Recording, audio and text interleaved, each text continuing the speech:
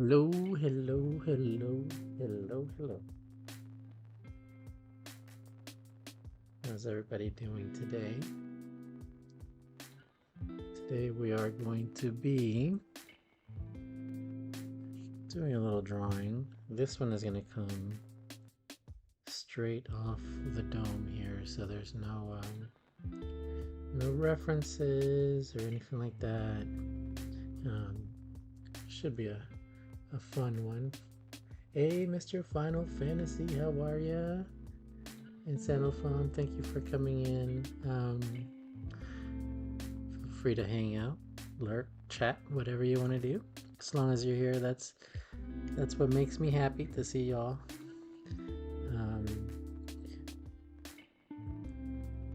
Hope everybody had a good weekend, at least. Okay, weekend.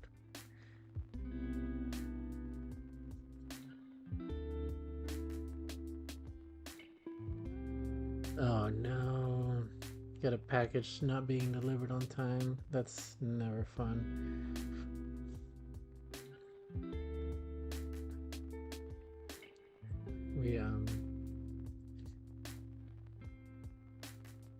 We hope that your package arrives in a timely manner. What did y'all do this weekend? Anything cool? I watched Superman on Friday and Friday night, and I really enjoyed it. That was a really good movie. Not everybody in my group agreed with me that it was good, but I thought it was fantastic.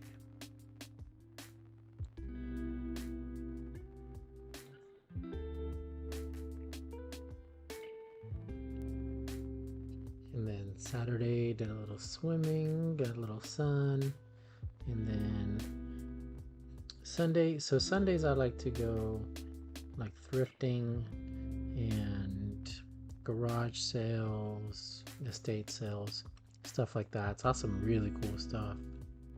Went to an estate sale where this lady seemed like she was a huge doll collector, like porcelain dolls and things like that.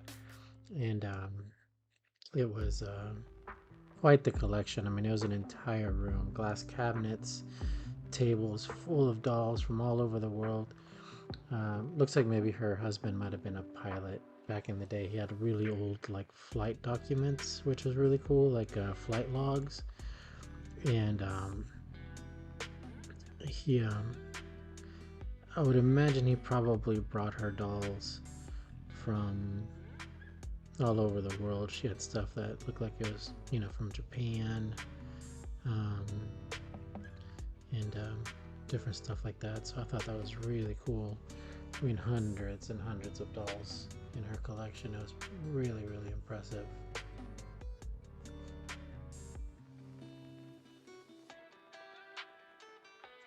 I think I know what I want to draw.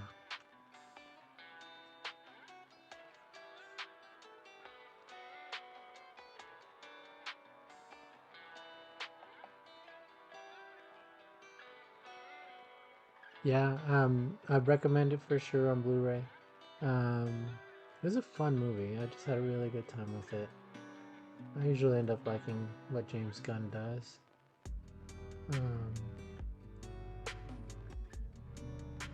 So it was a fun thing to watch.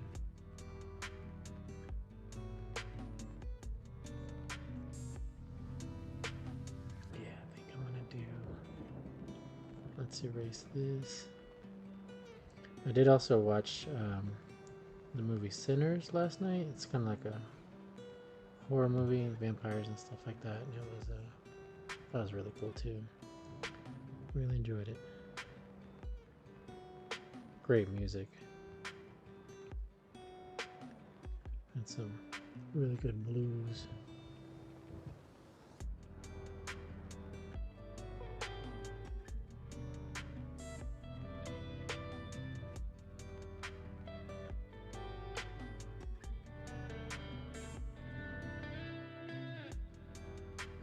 So today I have a little art group on Discord, and for our art group this week, the prompt was stone and Beast. So I'm gonna do a little something based on that prompt. Let me know if you can tell what it is as soon as you can tell. I'd be curious to see who's a fan over here. Oh, the original box set, like the originals, like the Christopher Reeve Supermans, or like the kind of newer stuff, the Christopher Nolan type movies. Was it Nolan or was it Zack Snyder? It was Zack Snyder, wasn't it, for the newer movies? Nolan, I think, did the Batman movies.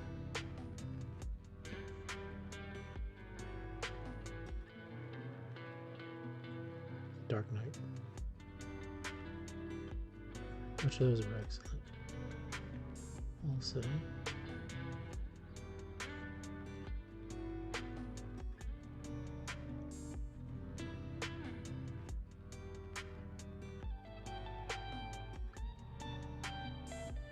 or did the box set include all of it? That would be pretty cool too.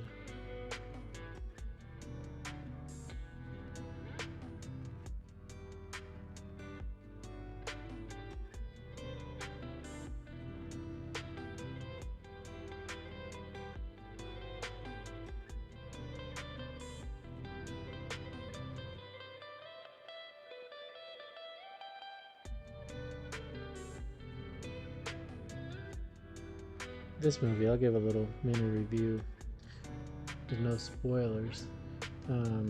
This movie felt a lot more like kind of old school Superman, kind of more like the comics. Had a really cool comic, Silver Age, kind of old school feel to it, which I thought was really good.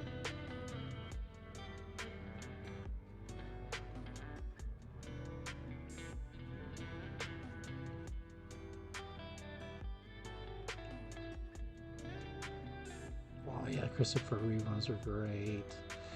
I haven't seen, it's funny, I feel bad. I have not watched any of the Superman TV iterations like Smallville, and I know they're good. I've heard they're really good. But for some reason, I have not gotten around to them.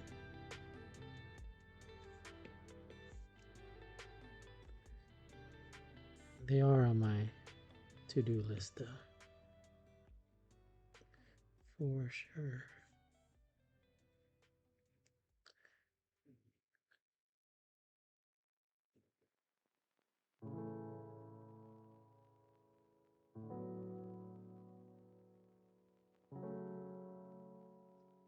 The shows did look really good. I kind of like that era of television.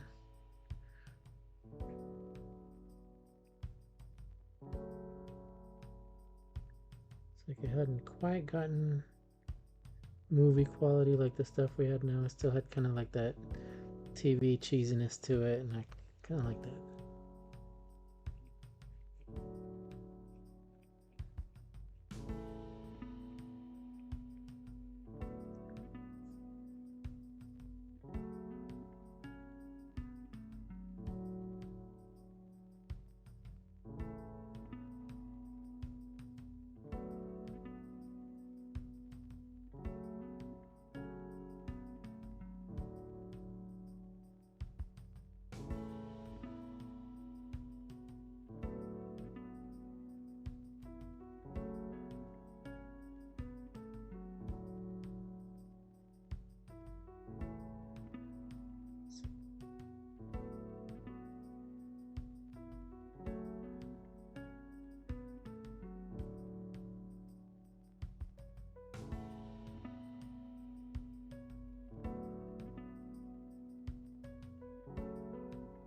Always when I watched, can y'all tell what I'm drawing yet?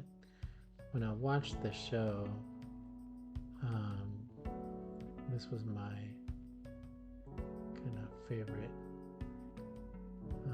character the show.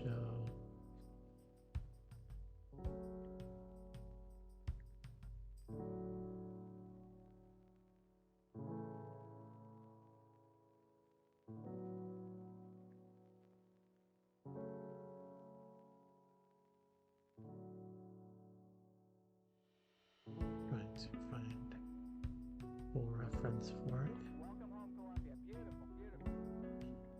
Discovery's 4 computers now have primary control of critical vehicle functions. Liftoff of mission 41B for the first flight of the orbiter Discovery, and the shuttle has cleared the tower. Discovery, Houston, prep to ATO. Yeah, let me see. Let me know if y'all know who this is yet. Yeah, I didn't think that was right. I think it's been so long since I watched it.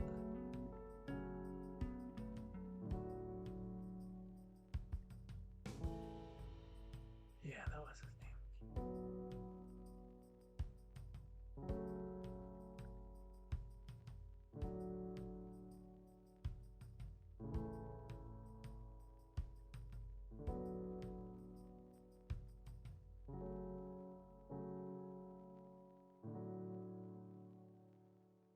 So let's see. Kind of want to mess with his features a little bit. Make him look kind of scary.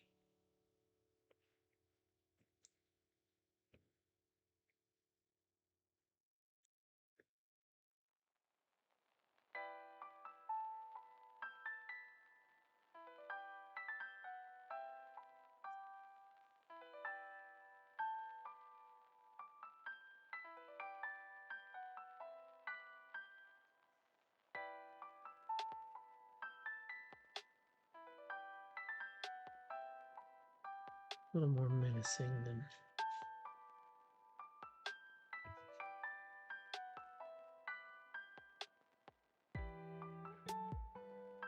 maybe how we would view him if he just showed up in a dark alley.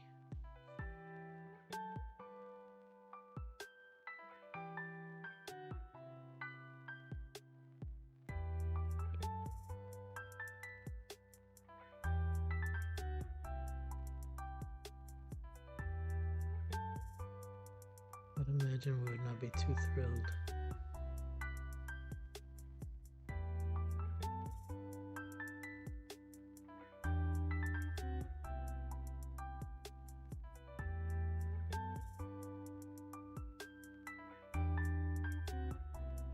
To see him pop up.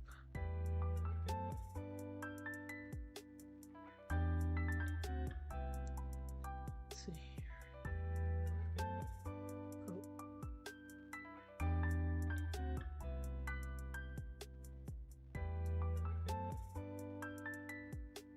I guess the dogs are done getting sunshine outside. They're ready to come in, so got to make those suckers back inside.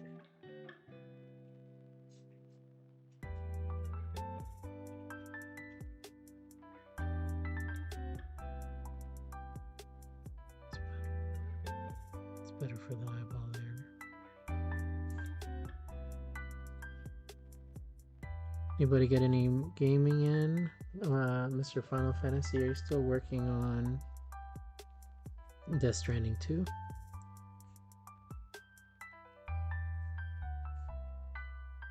And if so, how far along do you think you are thus far? I got to play a little bit of I've been replaying Persona 5 Royal, this time on the Steam Deck. And then I have been playing that Persona 5 The Phantom X, also on my Steam Deck. Although they did an update at some point this weekend that made it to where I couldn't play it for a little bit on my Steam Deck, so I had to go back on, like, re-download it on mobile to play it on my phone. but I guess they got it worked out or put out a patch and got it working again, so that was nice. Because I do like playing it on my Steam Deck because it plays like regular Persona, right? So you have like regular controls. And I'm not a huge fan of touch screen for movement, for moving a character around. So like whenever I played a game that had that option, like where there's actual movement, like a Honkai Star Rail or a Infinity Nikki or any of those, I always preferred playing those on console whenever possible.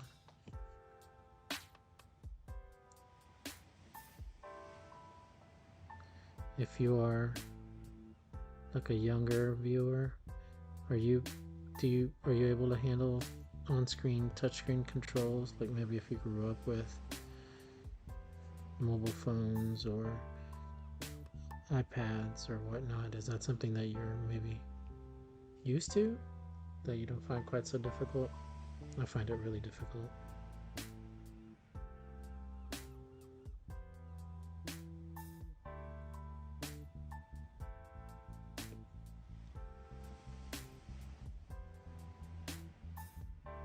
But I'm not used to it, so I find it a little bit hard.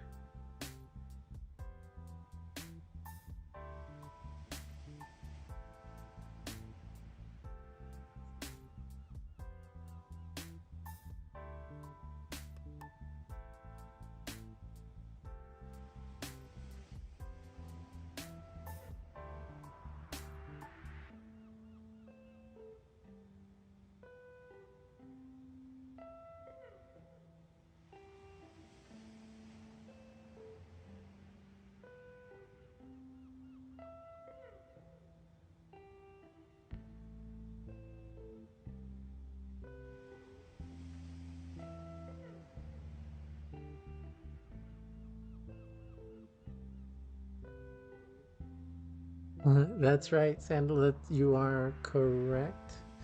You win a free high five of the stream.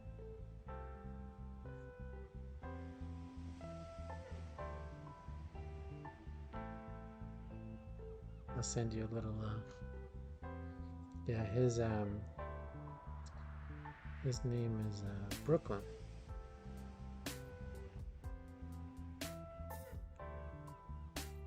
Send you some fire emojis, some fire emotes for your correct answer, Sandal.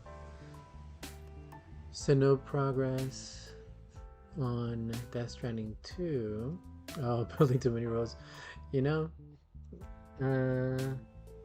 That's gonna happen. I feel like you're gonna start building a bunch of any game where they give you the option to build stuff. I feel like you're gonna spend a lot of time messing about with those kind of mechanics. I know, like, if there's any kind of customization or building or anything like that, it becomes a total time suck for me where I just get super absorbed in those kind of mechanics and then kind of slow down quite a bit on the actual gameplay.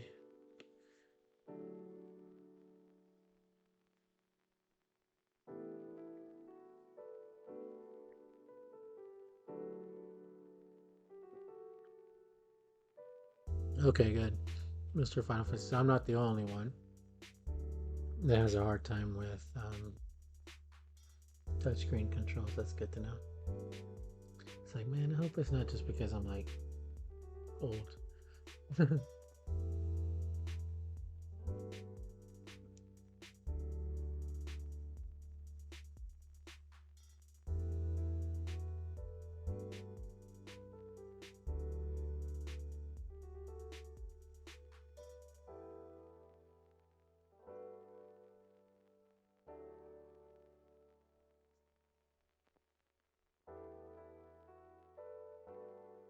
So I'm doing Brooklyn and kind of, I guess, putting a little bit of my own twist on the style, making him a little less friendly looking, like he is on the show, Giving him a little bit more of a more menacing look, I guess.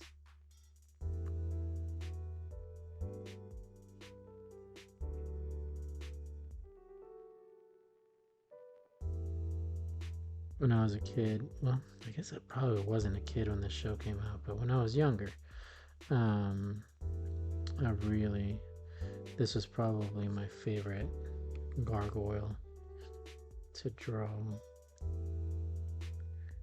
I used to love Goliath also, and I used to love drawing the dog one, Bronx, but Brooklyn was always my favorite. I think I liked his design quite a bit. Like I liked his beak. Like I thought his beak was very unique. Kind of gave him a cooler look, in my opinion. To like I loved how Goliath looked so tough and strong, but I really liked Brooklyn's design quite a bit.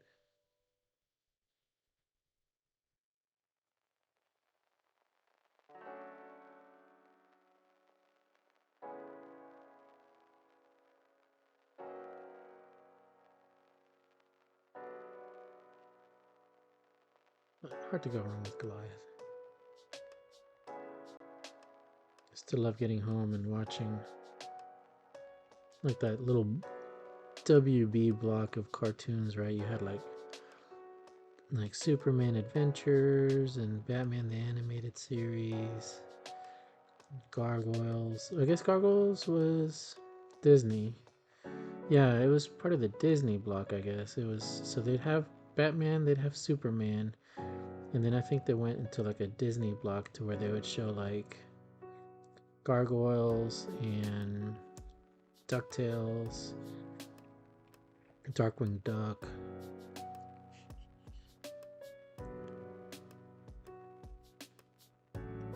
Those are great. Great cartoon blocks. I do remember they were always like on. They weren't Saturday morning here, at least in where I watched. They were like weekday afternoon, like get home from school.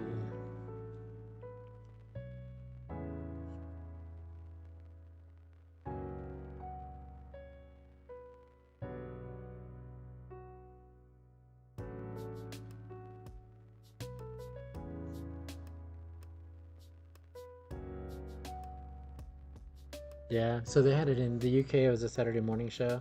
See, it wasn't Saturday morning here, at least where I was.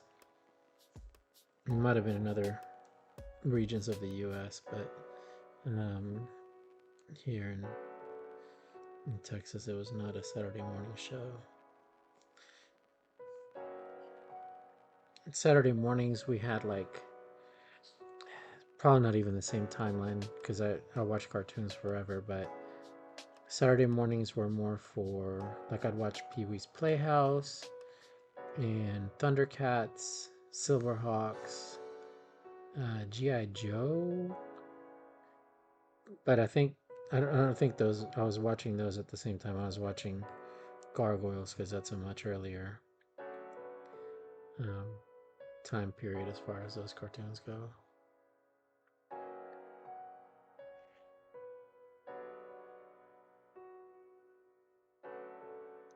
Trying to remember what the 90s, because it was probably more like the 80s block that I used to watch. Trying to remember what the 90s block was.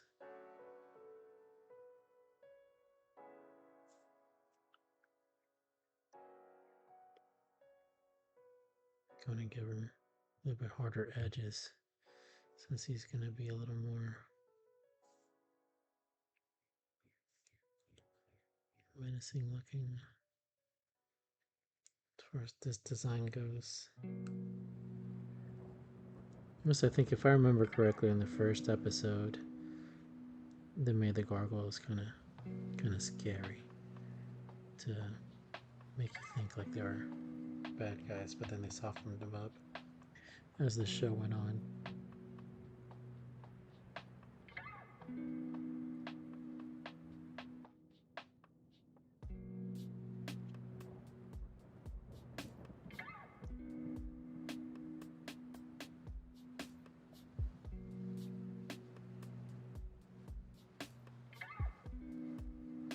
I'm trying to work on some more emotes. I have some free ones for the follower ones.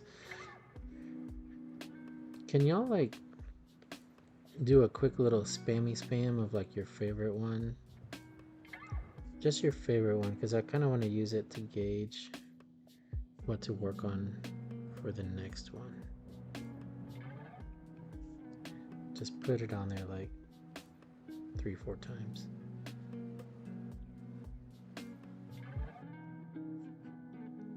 Do a little impromptu survey here. I'm working on one that was kind of a funny random suggestion.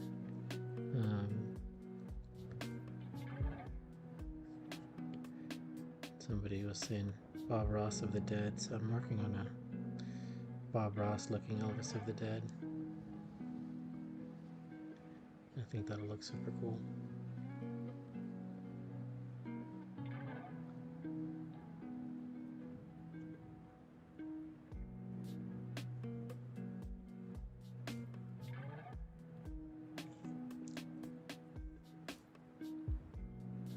I mean, I guess most of the emotes are kind of the same thing, just different expressions.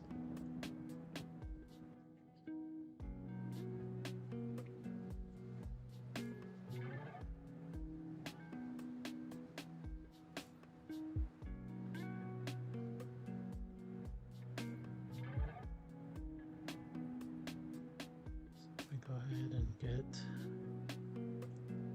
some inks down on this one. I think I'm gonna stick with my Kaczynski ink.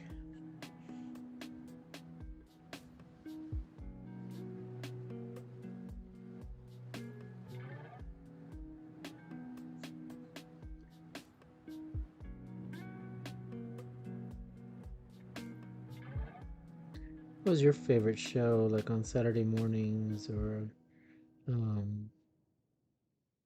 after school, weekday afternoons? What was a show that you? It doesn't necessarily have to be a cartoon. So, like Power Rangers was big on the block. What was your favorite show to come home to or start your day with? A nice bowl of cereal and a Saturday morning sesh in your jammies.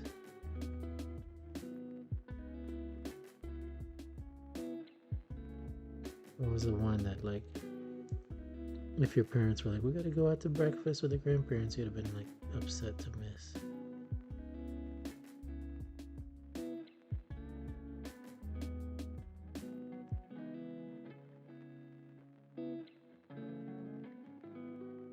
What was your favorite?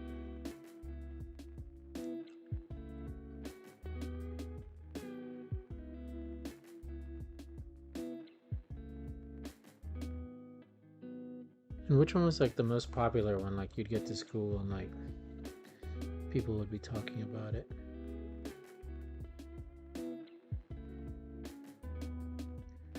It was a little bit different back then.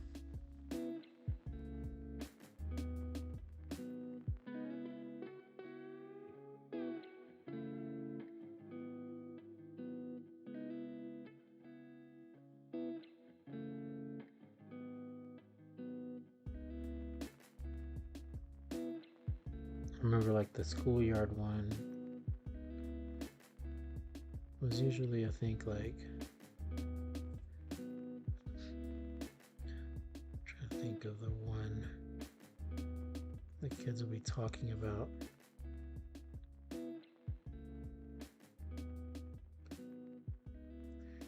I think at least like in the 90s, it wasn't even like a Saturday morning show, but like the one that people would talk about was like The Simpsons. everybody will be talking about the latest episode.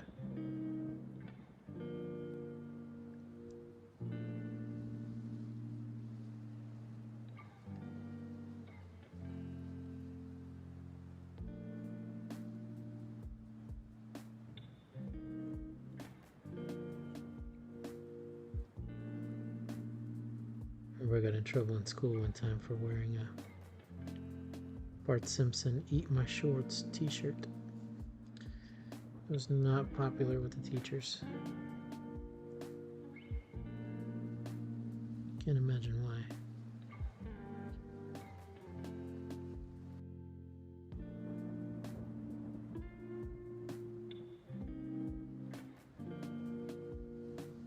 So classy, you know.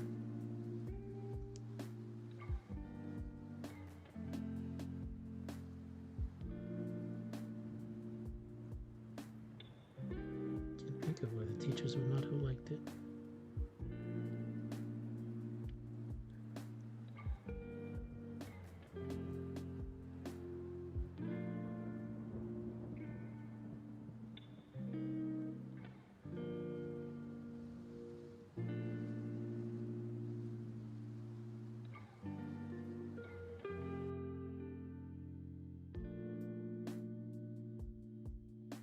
Gonna make his features kind of stony looking, even though I know when they became sentient they turned to like flesh, but give them some jagged edges. I think that'll look cool.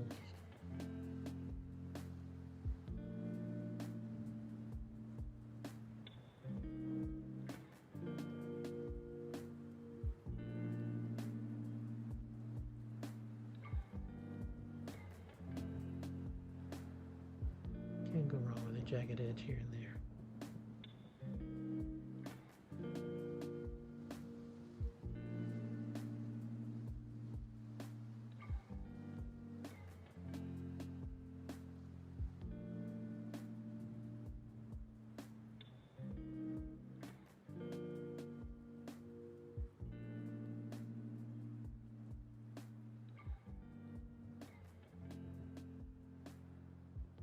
Oh, I think the other show maybe that people really like talking about was the Batman animated series. I think that was another one that was kind of one that was talked about, the latest episode.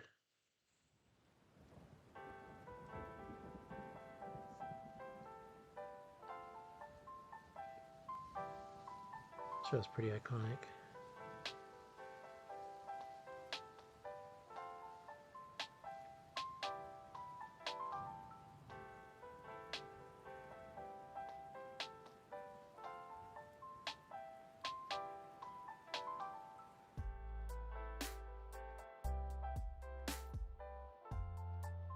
Another great soundtrack.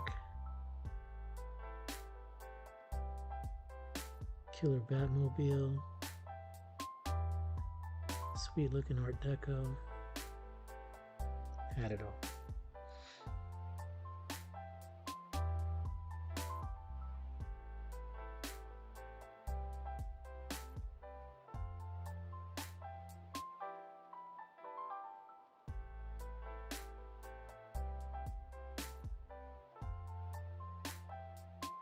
I definitely did not watch as much of the Superman animated show as I did the Batman. That one was a lot cooler in my opinion. It's like kind of the broodier character that is Batman.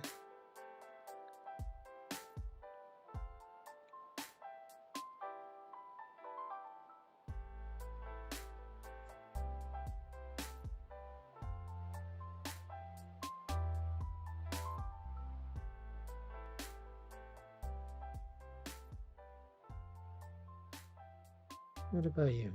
Are you Superman or Batman? Or both? Or neither? Maybe you're into Marvel more so. I know comics wise, until recently, I've always been, I guess, between Marvel and DC, I've been more of a Marvel, although in general, I'm more of a Ninja Turtles reader, so IDW in the most recent continuity.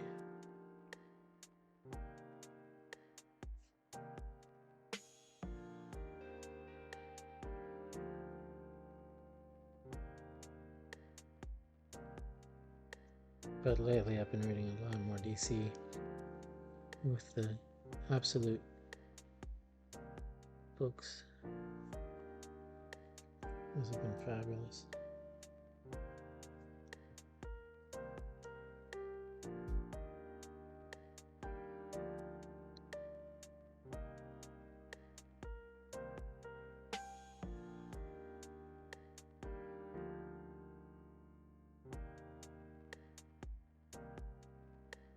Gotta catch up on my absolutes though. I started kind of falling behind on my reading time. Really need to catch that up.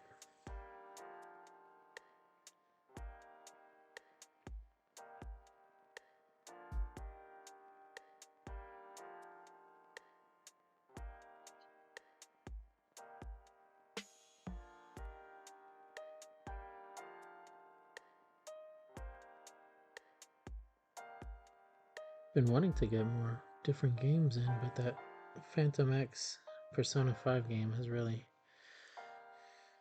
taken a lot longer to get through the content than I thought it would. And I think on Steam it says I've got like 20 something hours, but it's probably between mobile and Steam, it's probably closer to a bit over 40.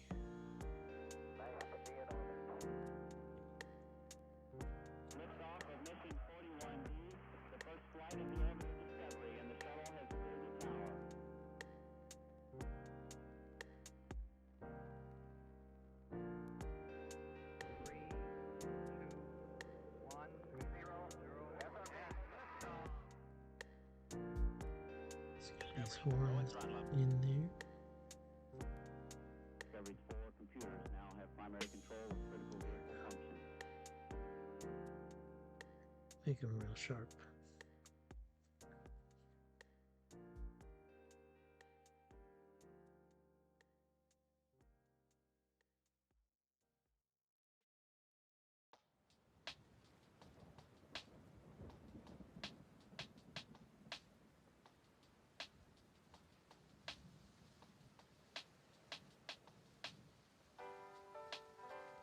Oh, that should do it.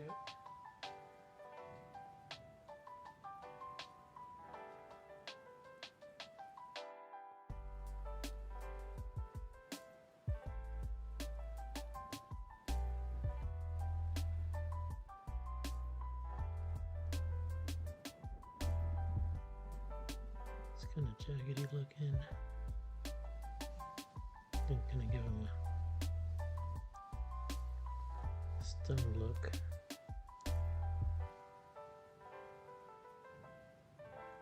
Stone, not stoned.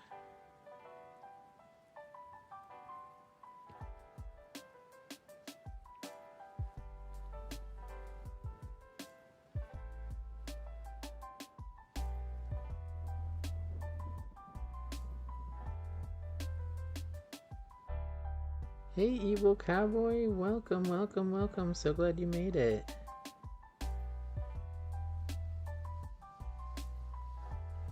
So glad I got the stream going.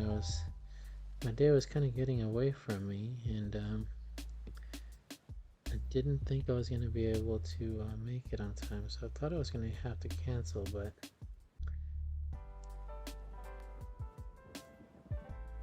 worked out okay.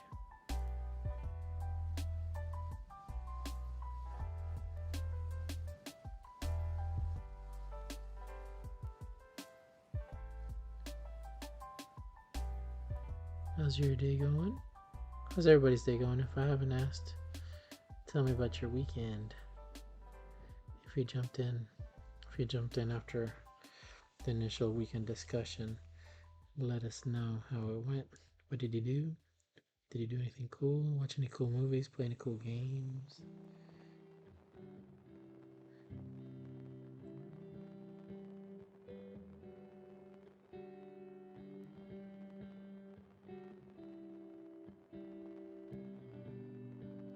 You get to relax on the couch. It's always a rare win.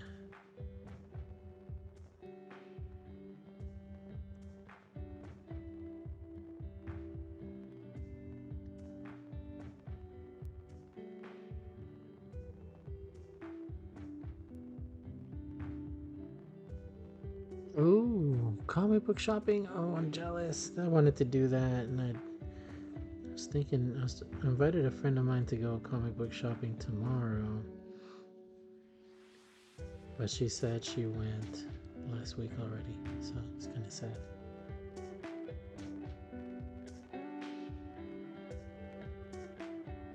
I might still go by myself though. I just wanted to go because that comic shop that I wanted to go to is in their area, and their area is a little bit far from my area,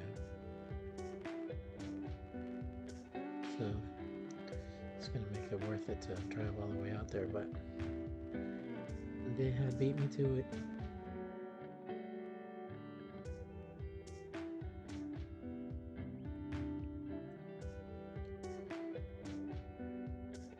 Evil Cowboy, when you went to the comic shop, did you look at the new stuff?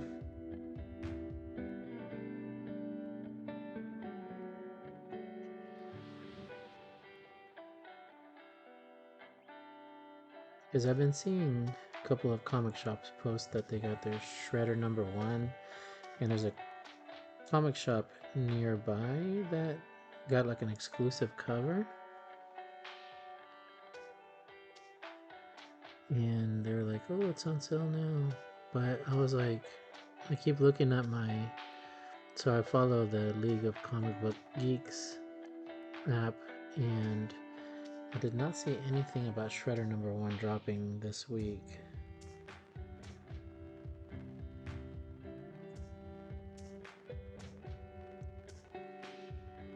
Especially when they started selling it on a Sunday or Saturday or whatever, because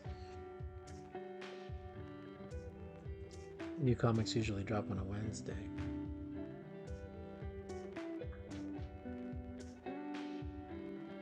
Oh my gosh, you found some full rare art Pokemon cards.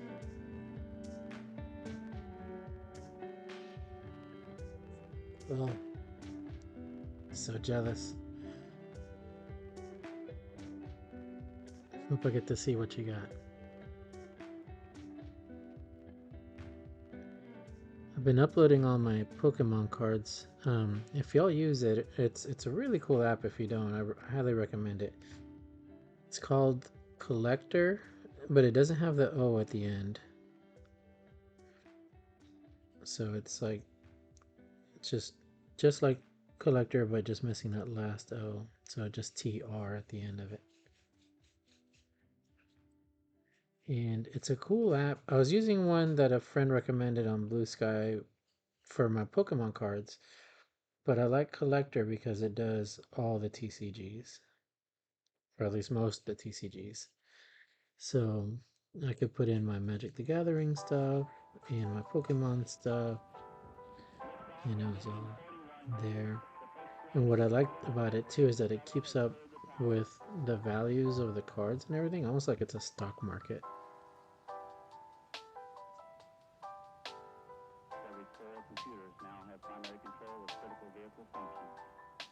It's kind of helpful for when to buy a certain card that you might be looking for, or when to sell a card that you're,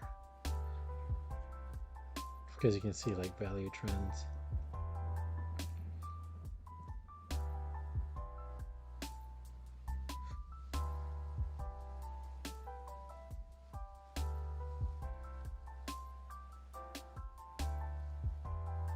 There's a card shop nearby. I might go give them a visit before the end of the day, because I've been kind of wanting to kind of fill in some gaps on the Pokemon collection.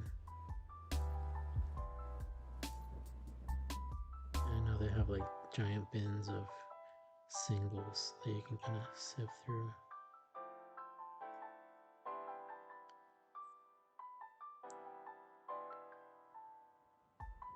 If they're cheap enough, I might get a couple.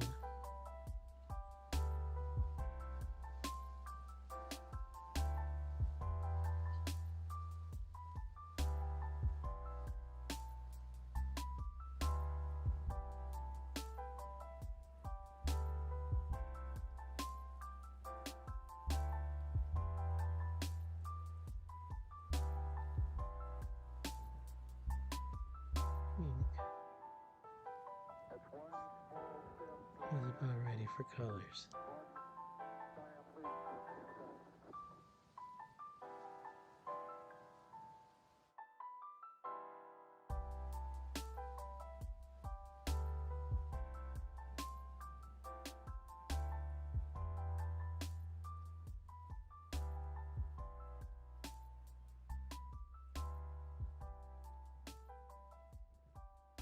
He's pretty close.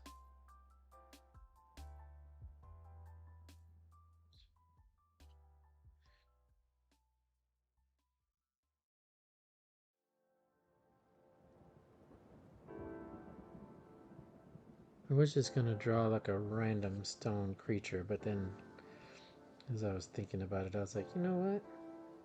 Let's go classic, let's go gargoyles. Oh, the collector app. So it's been around for a while then? When you used to the Game Exchange? Remember the Game Exchange stores? We had one or we had a couple till pretty recently. Well, at least a couple years ago. I think right now, if it's not like a mom and pop shop, it's gonna be like a, you know, GameStop or like whatchamacallit? Yeah, Movie Trading Company is the other one that we have over here that's kind of big.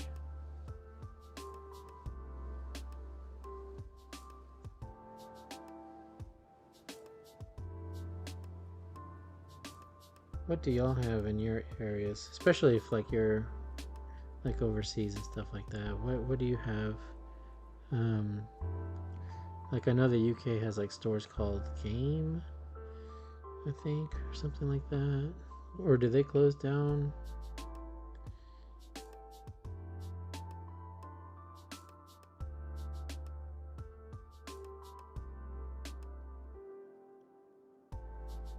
Or if you have like any kind of regional stores that are only in your area.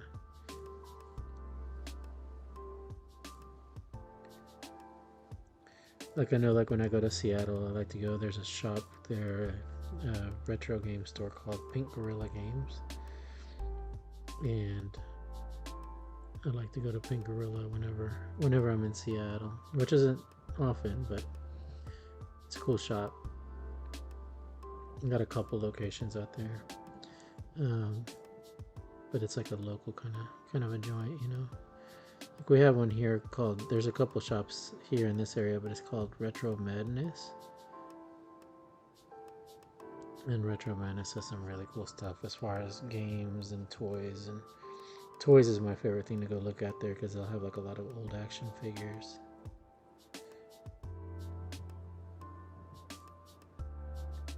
They'll have them like loose or boxed, or like they'll have them in little baggies and you can get them. I like getting them that way because I'm not going to keep them boxed anyway. So when I'm displaying like my Ninja Turtles and stuff like that, I like to get them in their little baggie. My main stipulation is I don't care about the box, but I do care about the accessories, you know. Like they gotta have their weapons.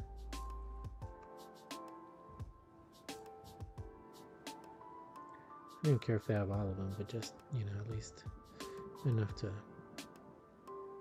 set him up nicely.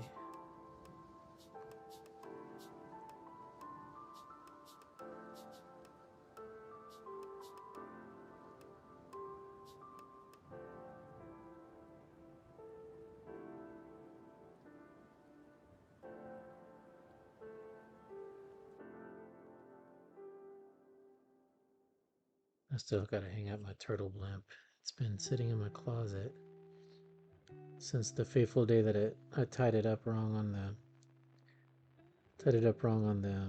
the fishing line, and it untied and knocked over my helmet of mesmer, which I was terrified. It didn't break it, thank goodness, but my goodness, that was horrible.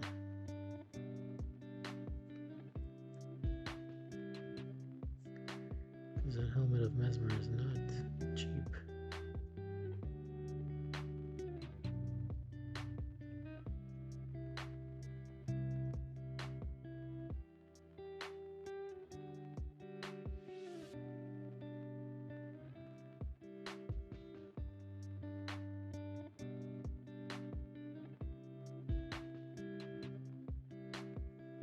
I think since I've hung up my Arm of Millennium, I want to do like make like a cool like framed art behind it. So I think I'm gonna like make a arc and then get like a kind of a fancy gold frame, kind of antique-y looking, you know, with like all the details like flowers and stuff like carved into the wood. And then I want to set that up on the wall and then put the arm like kind of coming out of it. I think that would look incredible. Kind of make like a little art installation for it.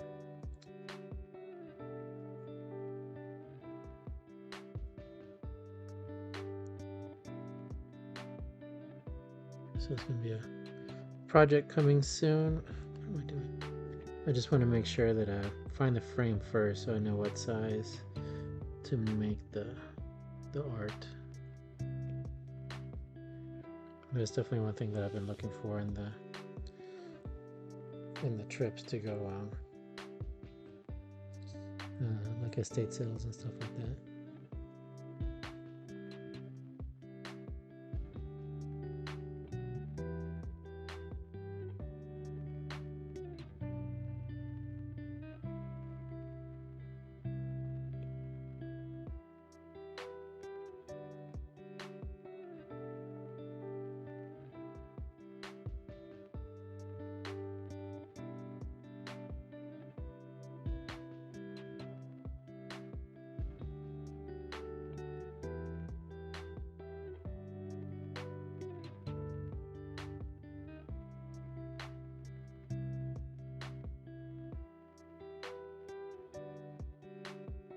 Do y'all collect anything specific, like cards or certain types of games or consoles or anything like that?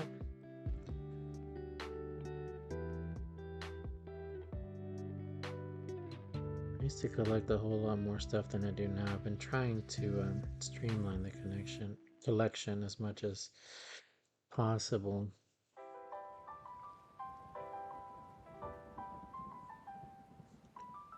Just to kind of keep the cool stuff that I like, and then get rid of kind of extra stuff, you know. You end up with a whole lot of stuff that you don't care about.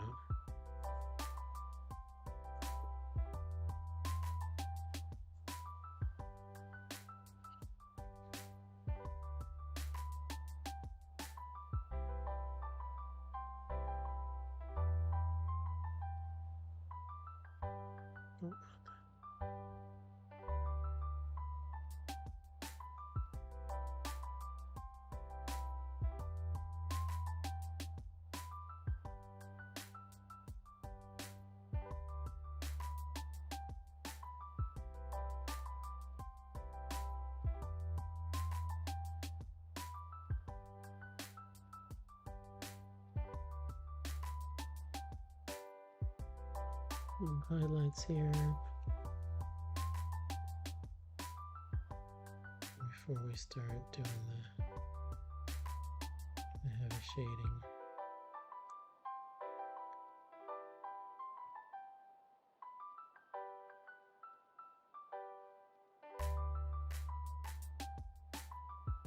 Just gives them a little bit more dimension.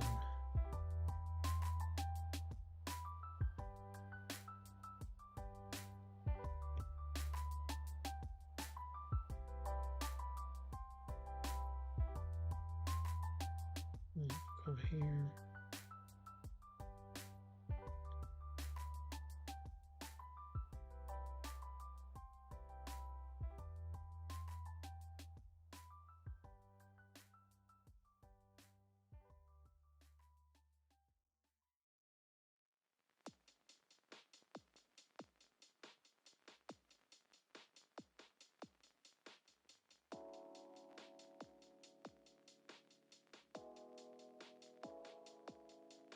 A little bit more depth.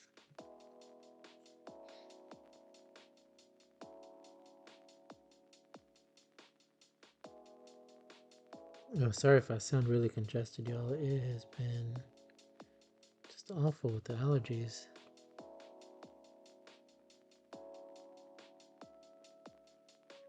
Got a lot of rain the last couple of days, so I think that's just kind of stirred up some stuff in the air.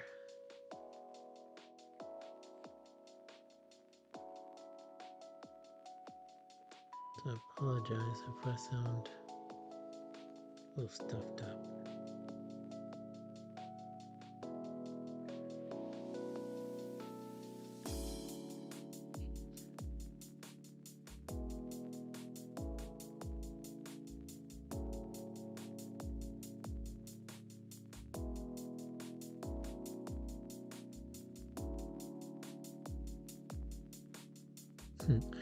This song here, I think it's the little in the background, reminds me of the song that plays whenever LaFonda gets off the bus to meet Kit on Napoleon Dynamite.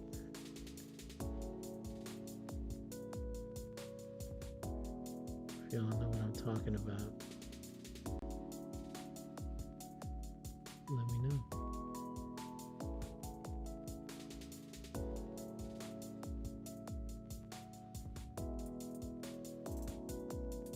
Definitely picking up those vibes though.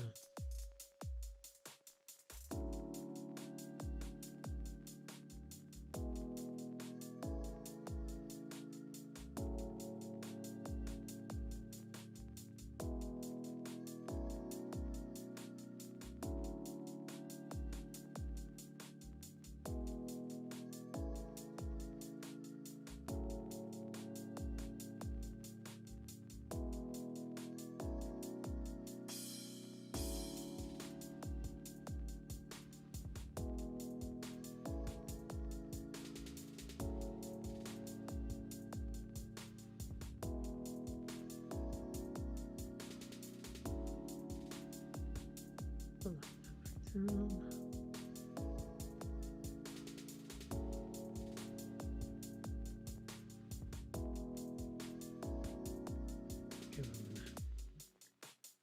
There, little cheek shadow there.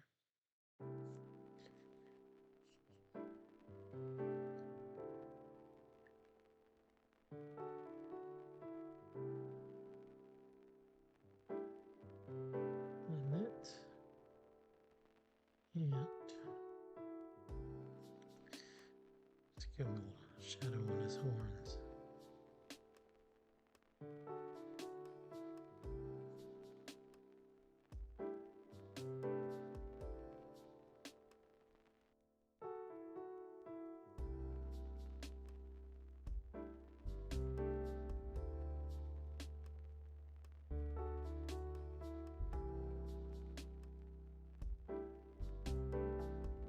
There we go.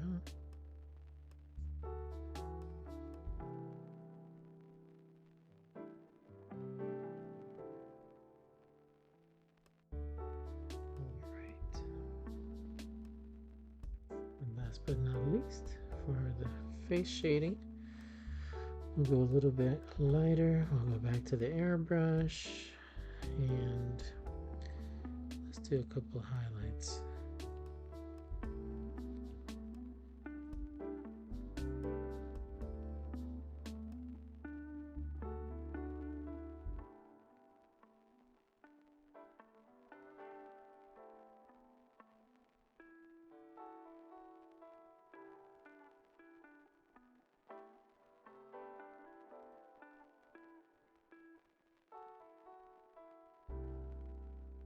Gives them a little bit more of a shiny look, I feel, so kind of helps with the stone idea.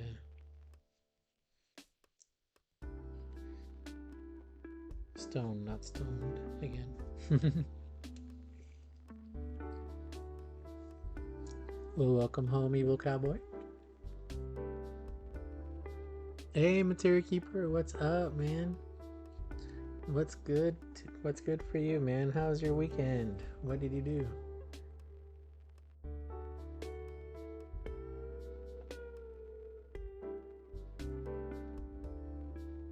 It's good to see everybody getting on. Saying hello to everybody is always my favorite.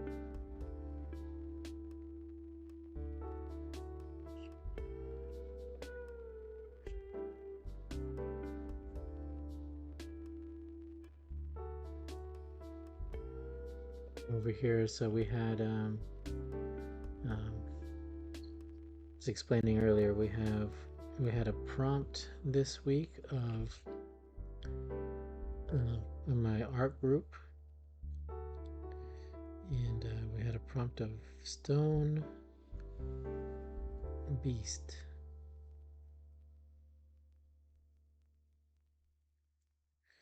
So I was gonna do like a random kind of a golem type of figure, but then I started thinking I really want to do Brooklyn.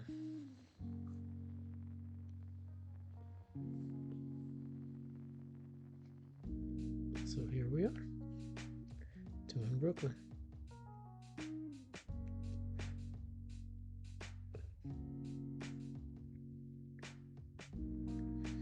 Any Gargoyle fans, say hey.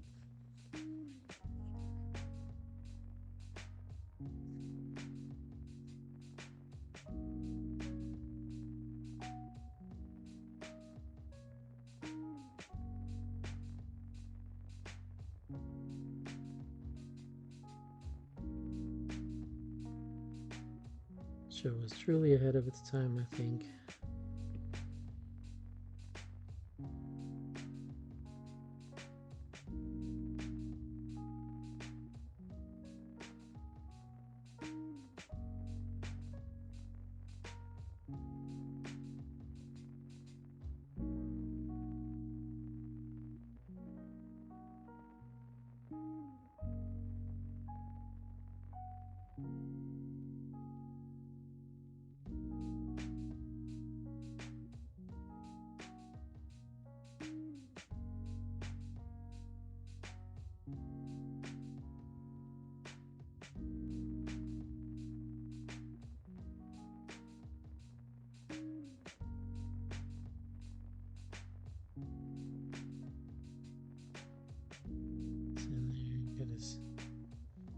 Tongue finished up.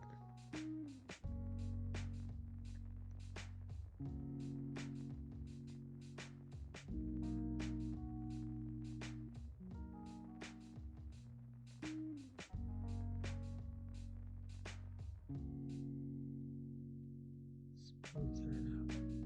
There we go.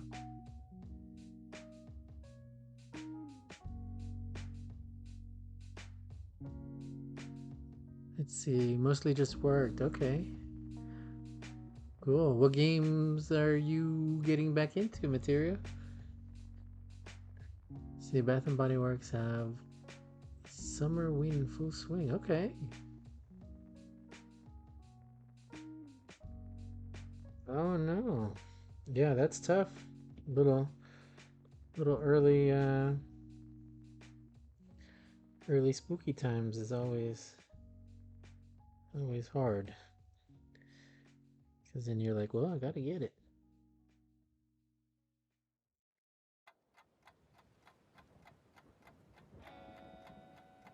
Especially if it's on sale.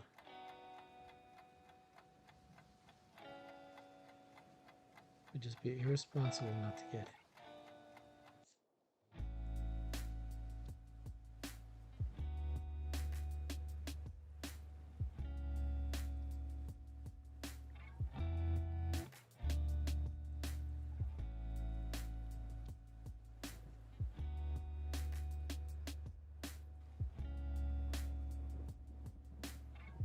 So something that's bothering me here.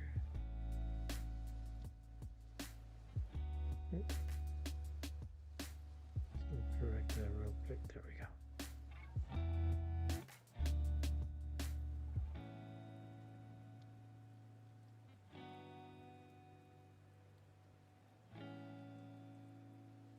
I think I want to do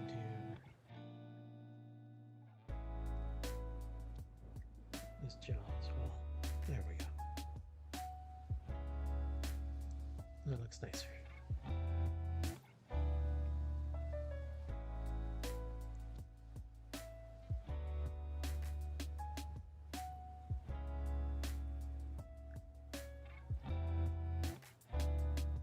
Yeah, more Death Stranding 2, man.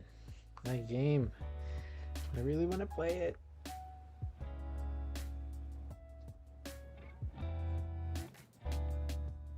But I gotta hang tight. I gotta play the first one. I really want to play the first.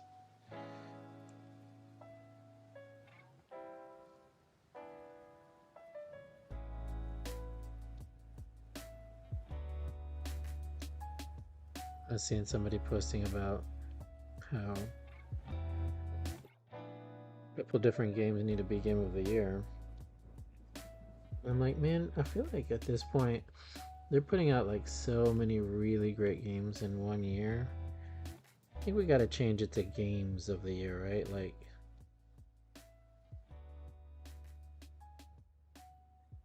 it gotta be more than one.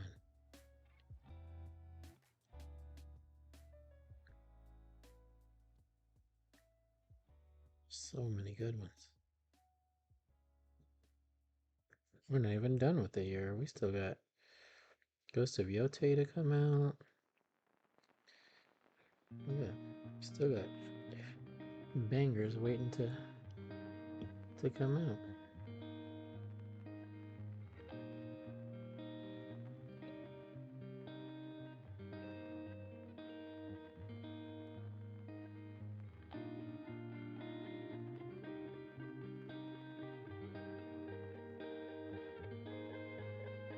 I was like, man, I cannot keep up.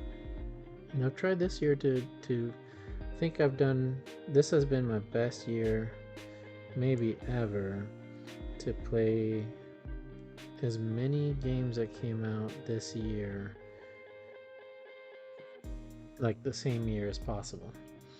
Because usually I'm playing like older stuff, and I'm not really up to games of the current year.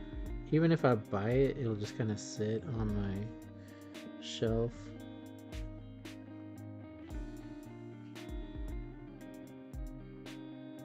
So this year I've actually done a pretty good job of playing stuff that's this current, but man, I'm still not caught up. I've still got so many that I'm behind on.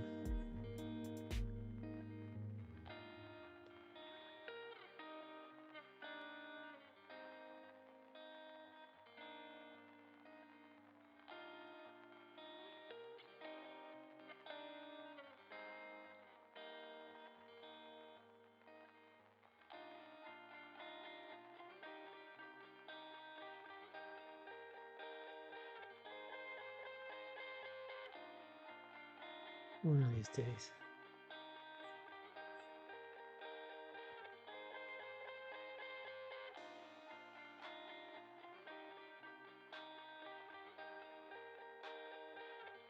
Yeah, third quarter releases. Um,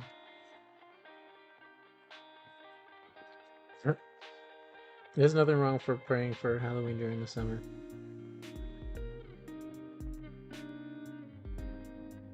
Not one bit.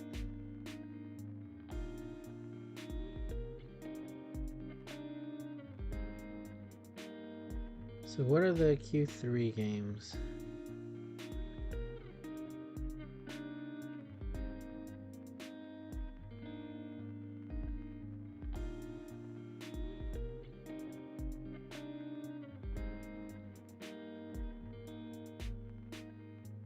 Refresh me on those. I can't, other than like Ghost of Yete, I don't know that one. But like refresh me on what else is coming out Q3?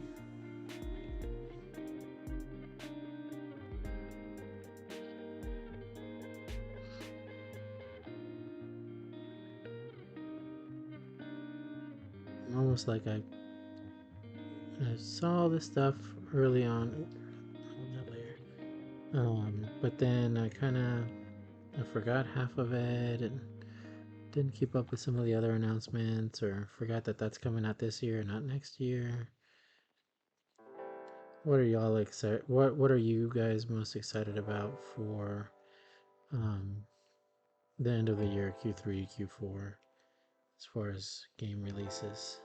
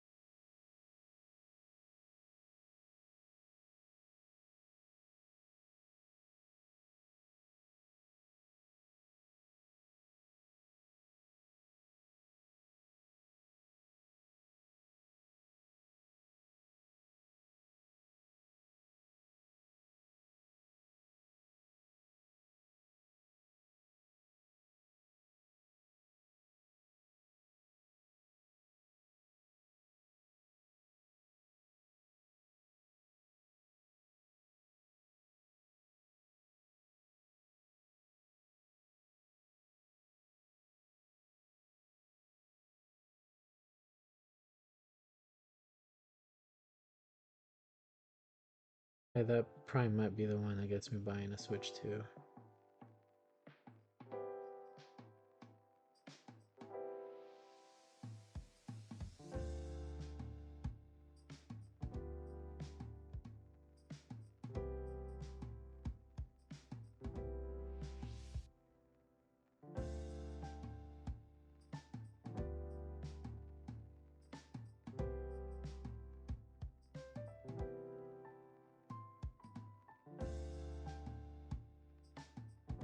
That game looks amazing.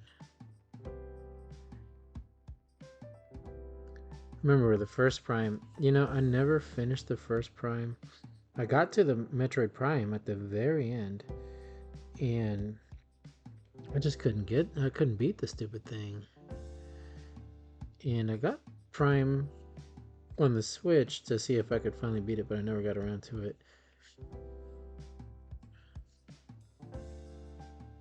But that Prime, and I think I had gone through and explored quite a bit because I spent so many hours exploring. So I had I think maybe I was missing one energy tank or one missile tank, but other than that, I had pretty much everything. But that Prime, I just could not, for whatever reason, I could not beat it. Just the very final boss.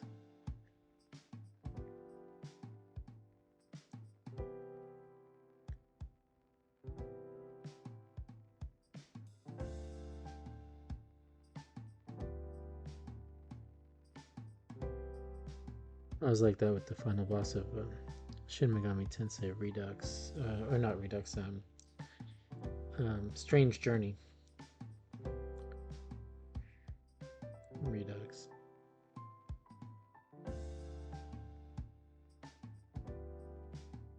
And that final boss was a pain in the rear.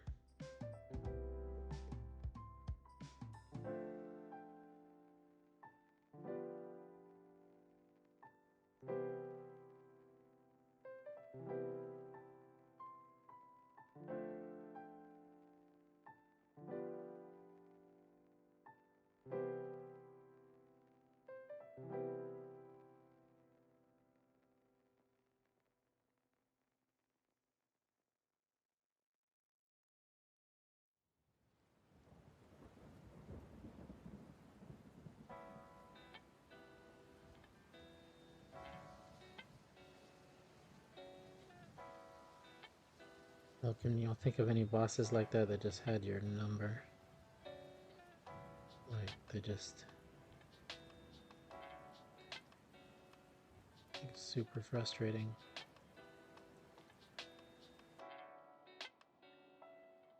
Sure.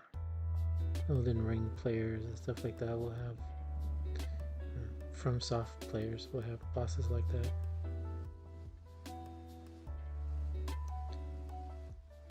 It's kind of like the whole point of them.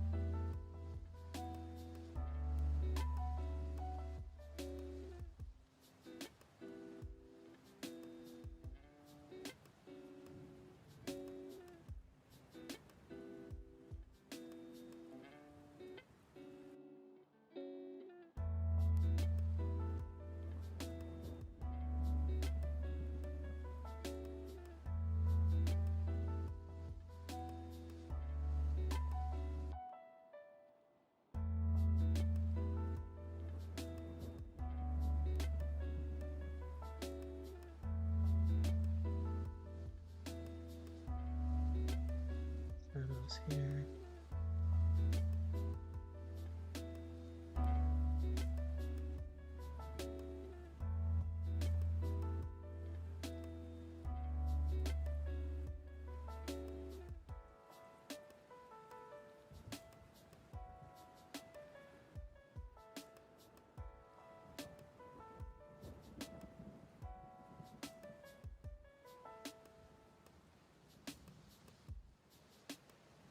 You see, so 2025, so it'll probably be in the next direct. Yeah, yeah, I think so. Maybe they'll have it out by Christmas time.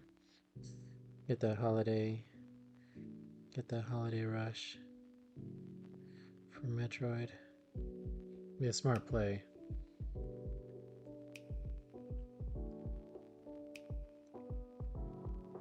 Especially if they can get a Metroid edition Switch 2.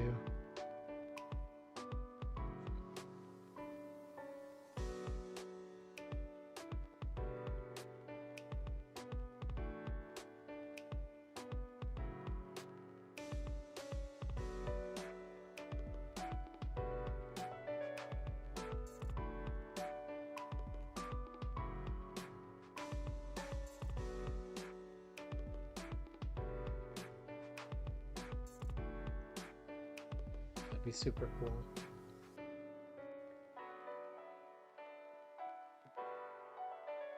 Chaos Legion is difficult just to be difficult. I remember being stuck on several bosses on that one. Let me see. The name sounds familiar, but for some reason I can't think of it. Chaos Legion. Oh, I never played that one. Yeah, Capcom was trying to do some real hardcore bosses back then.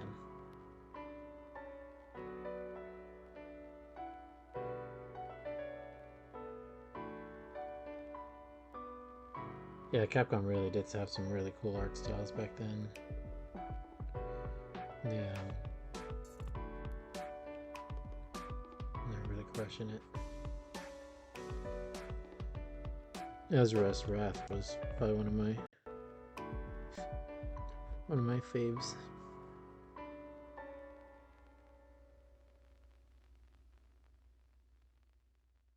As far as like cool characters.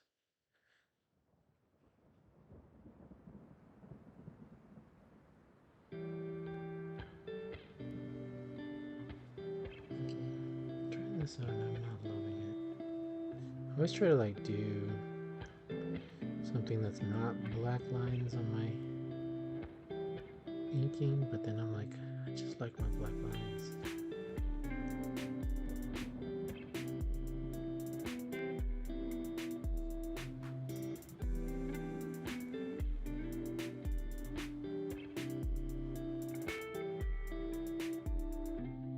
Yeah, I just like my black lines. I just can't do it. I'll see people do that, like do different color lines, kind of soften up a drawing, but God, I'm a sucker for my black lines.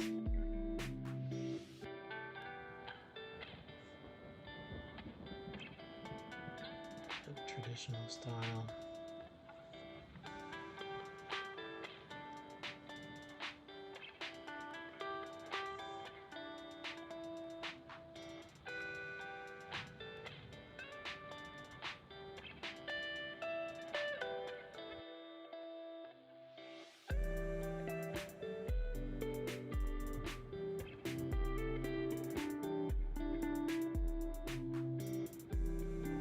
Give me 2 seconds, y'all. I'll be right back. I'll leave you here with Brooklyn, and he'll take care of you till I return.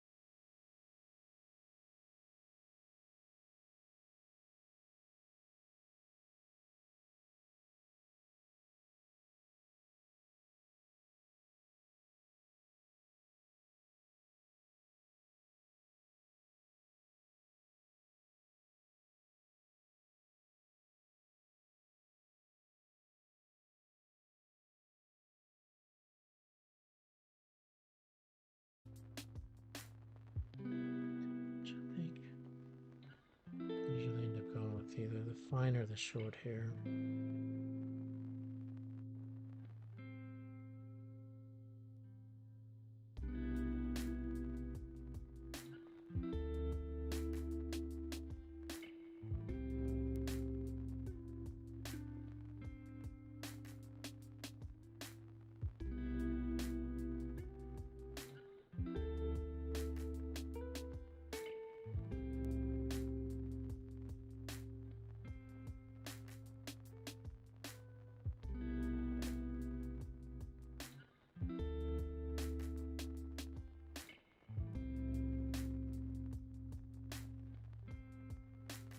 It's a little extra dimension there.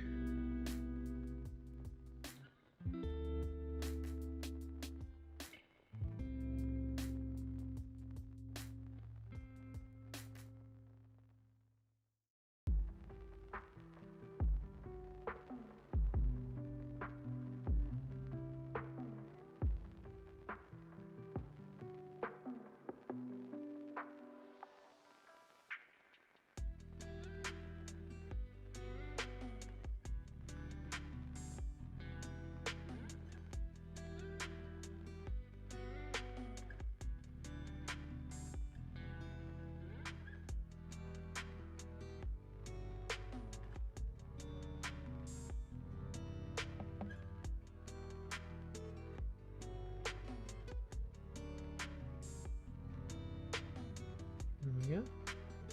Alright, and now I kind of want to play with something. Let's make the eyes real glowy. I'm going to do this in a different layer in case it just ruins everything, but I'm kind of curious. Sometimes, you know, the gargoyles, when they showed up, they would have like these glowing eyes.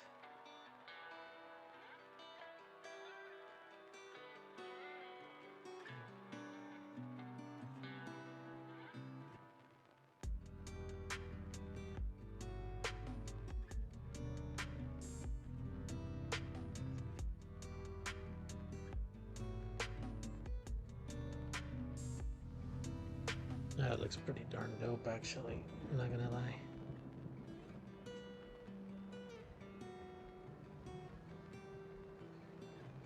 Kind of like the glowing eyes.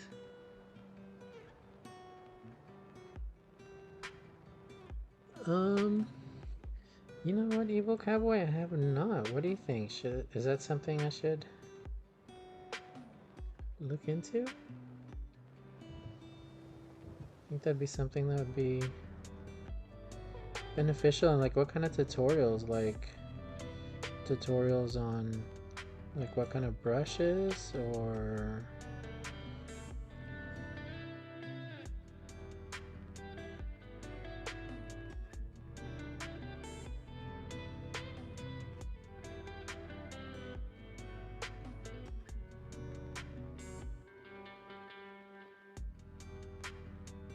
I think I might be able to do like pretty decent ones on like inking,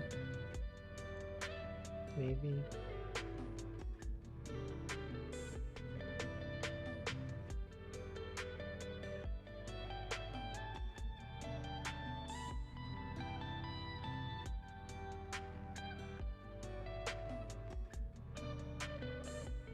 Speaking of inking, I feel like he needs a little something down here.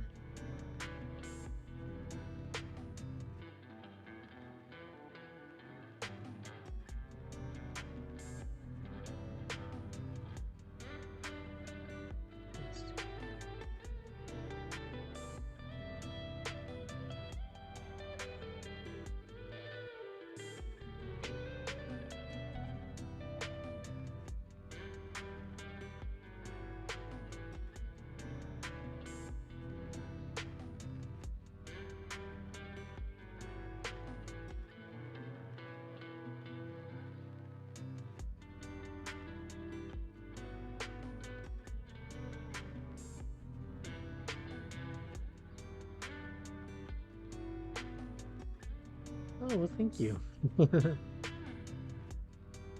That'd be great. You know, I could definitely offer that. I'll throw it on my coffee, see if anybody would be interested. Um, or Ko-Fi. Is it Ko-Fi? I think it's Ko-Fi. Yeah, and I can, so definitely at least at the moment have time to be able to do stuff like that.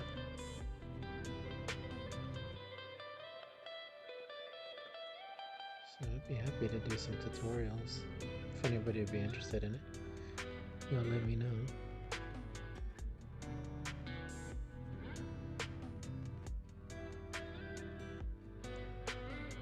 And I'll add it to the services, I guess, on there, and we can go from there.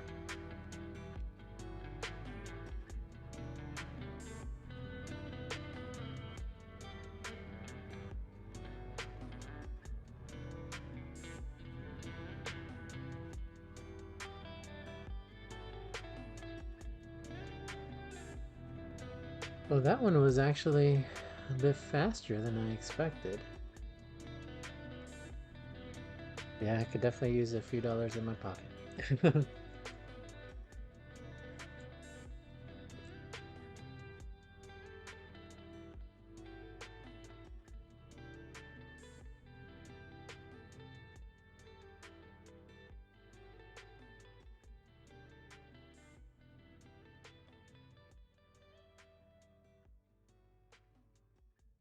All right.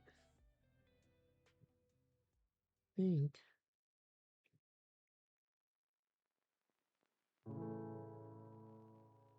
that'll about do it on Brooklyn.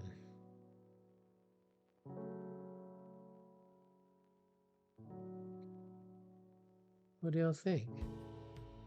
Does he look cool? I think he looks all right.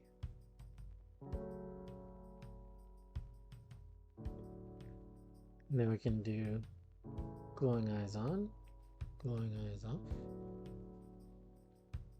So that's fun. Do y'all like him glowing eyes off or glowing eyes on?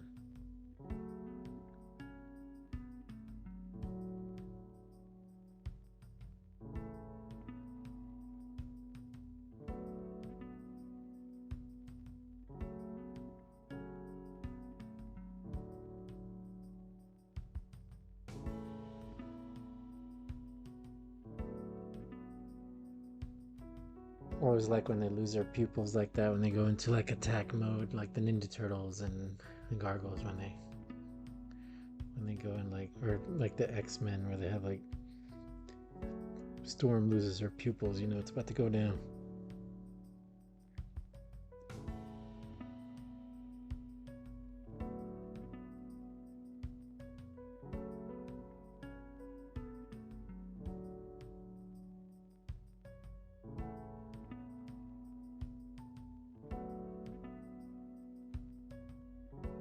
Oh shoot. So I gotta come up with something else to draw now. So that is my entry for this drawing prompts for this week in my art group. The prompt this week was Stone Beast.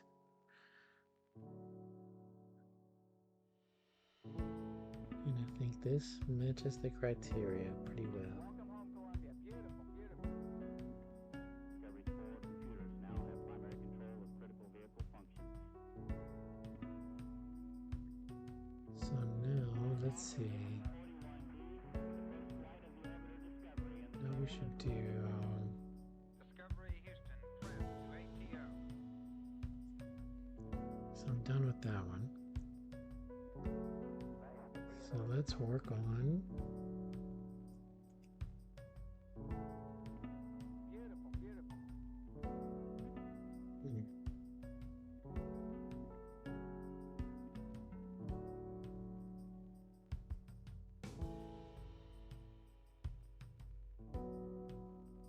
did a Kratos doodle a while ago. Maybe I can just finish him up.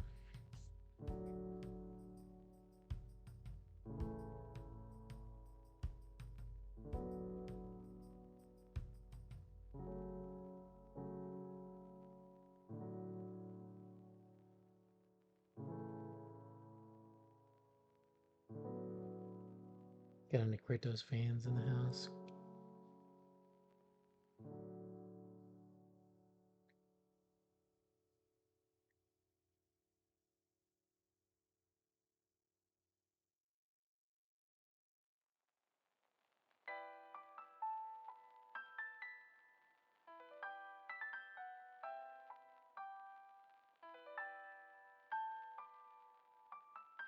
Sometimes I just like to doodle a character's head and just leave it. But Kratos gets lucky today because I finished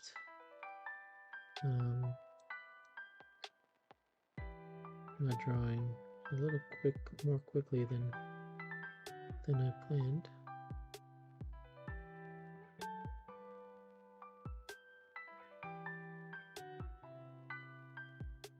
So Kratos gets a revisit.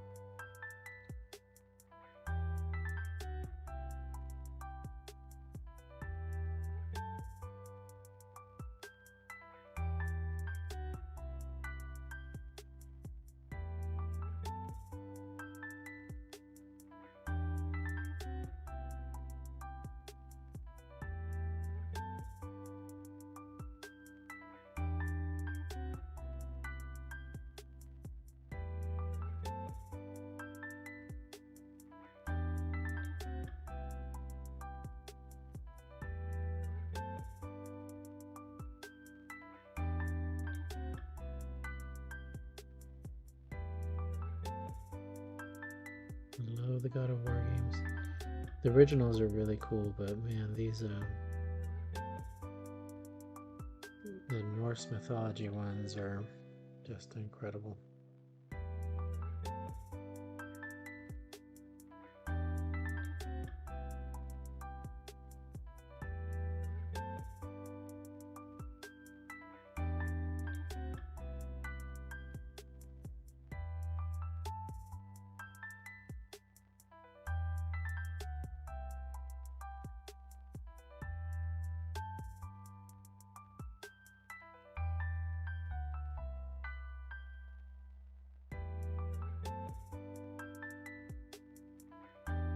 That and that just happens to be like my favorite mythology, so it works out pretty well as far as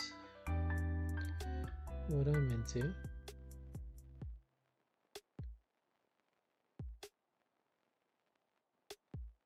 It's a win-win in my book.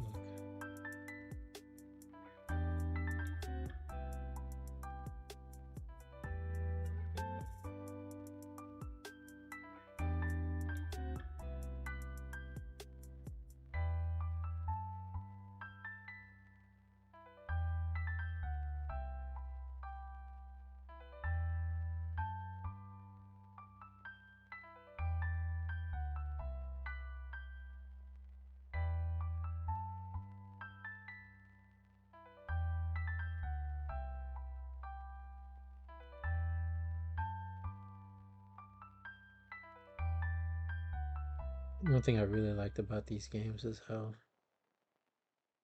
the combat just made you feel so like a badass, like you were just like it felt like you were like really just tough and strong, and like I did a really good job of conveying Kratos' power and like almost like imbuing you with it. I don't know, something it's hard to explain, but like just how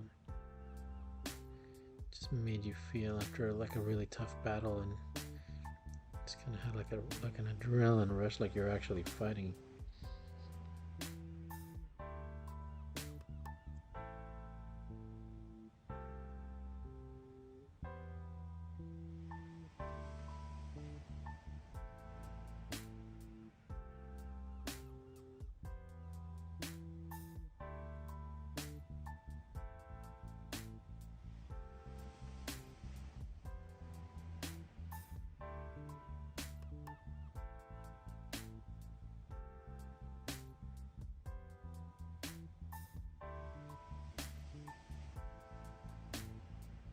There's a few games that do that so well, just kind of convey that feeling of like it's actually, I don't know, like it makes you feel powerful. Like it's not the character that's powerful, but it's you.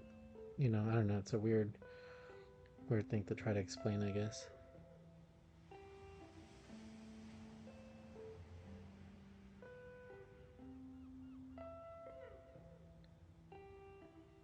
Do y'all kind of get what I mean?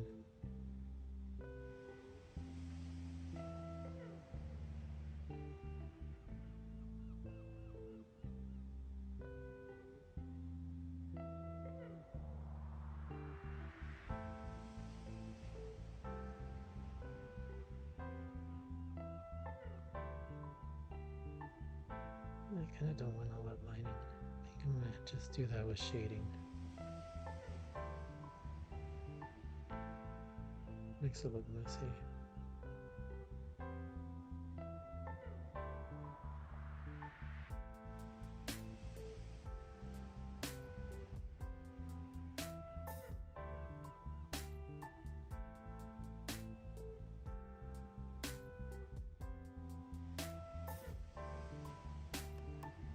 Yeah, the Norse reboots, Kratos is, yeah, that's what I was saying. It's like he's really fantastic in the Greek ones, but man, the Norse ones are just awesome.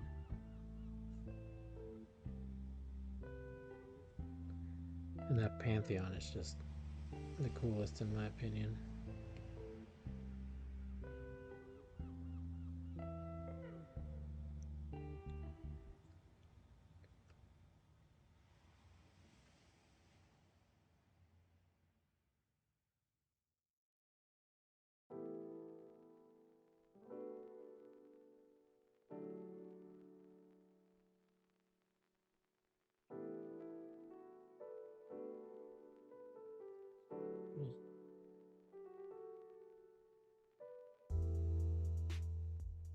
I'll make it look a little sloppy. I don't want to make it a clean line like that on his beard. We gotta make the lines a little more uneven.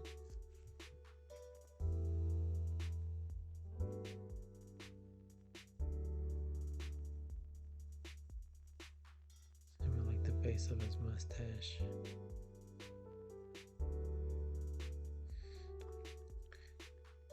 Don't want that line to be fully straight because it's going to be the edge of the hairline there.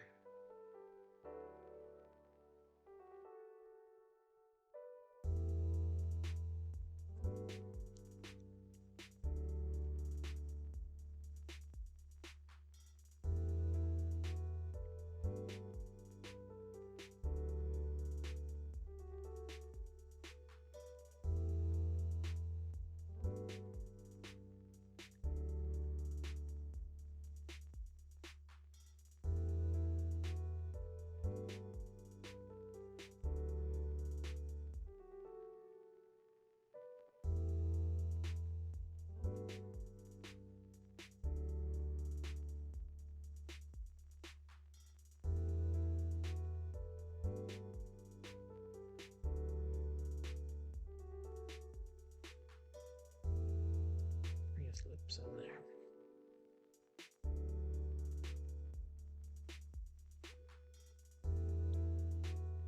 Okay.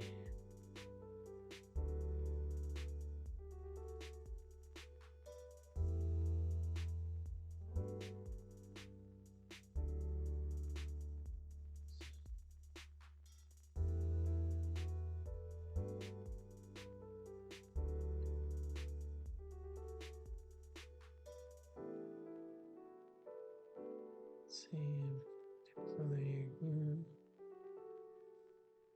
I kind of hope they do like the next, I guess the third game at some point soon on God of War. That would be great. That is one I'm definitely ready for. That would absolutely be a day one for me.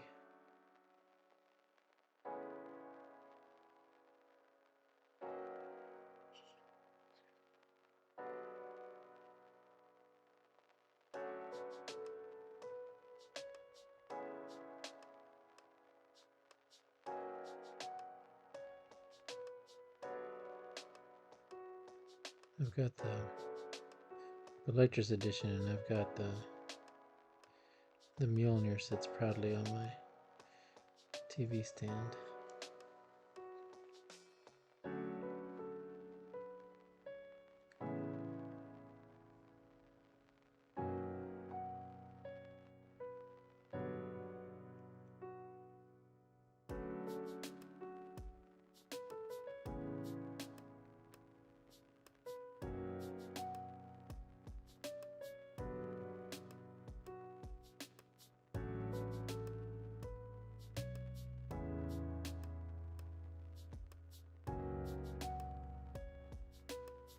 I'll probably sit there until the end of time.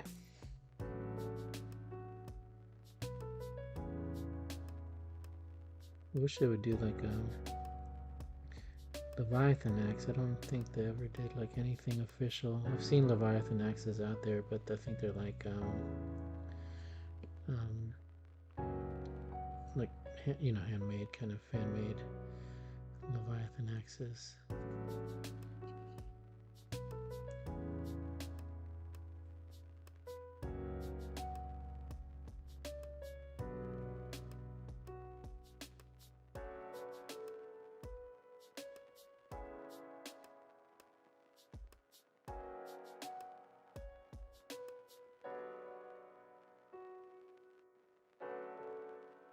Definitely nothing wrong with that though.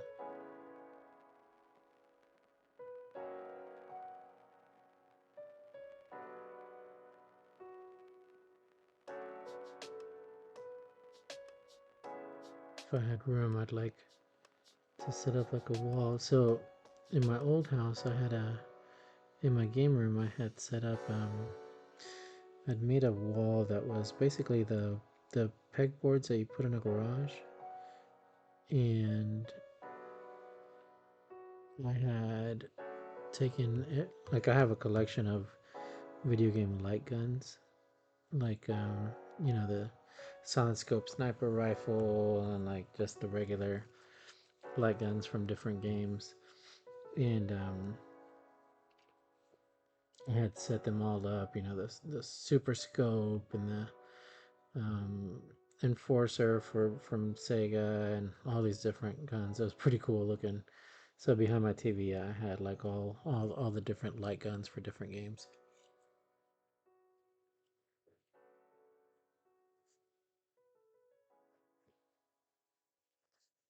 It's pretty rad.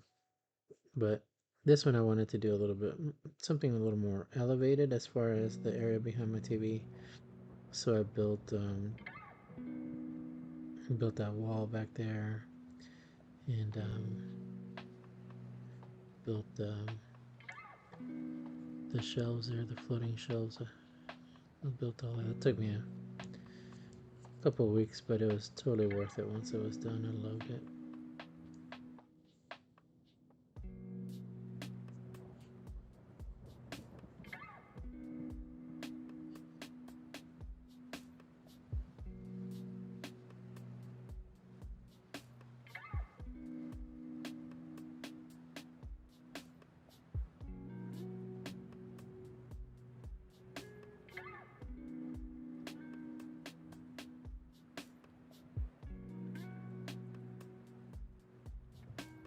If you'll follow me on Blue Sky, I'm sure you've seen my setup and the shelves that I built back there. I'm very proud of them because I'm not usually like a crafty guy as far as like I draw, but I don't do a lot of like building things. So I'm really proud of those shelves and how they turned out.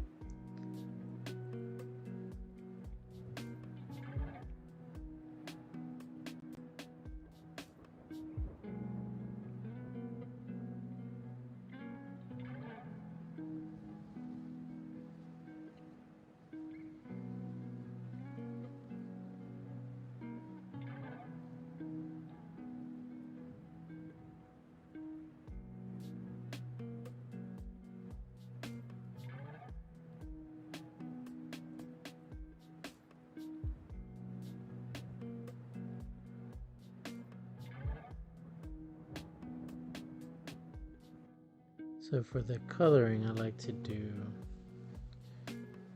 um, the studio pen. I like that one. I like that you can do like different thicknesses too, based on how much pressure you've got on the pencil.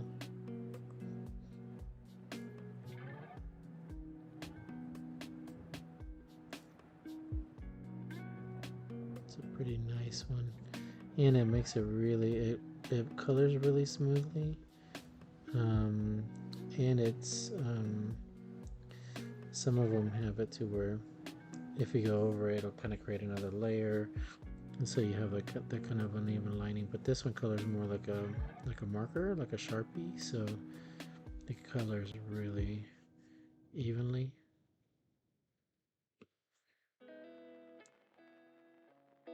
And then it's easy to go over it with an airbrush later and create dimension and depth.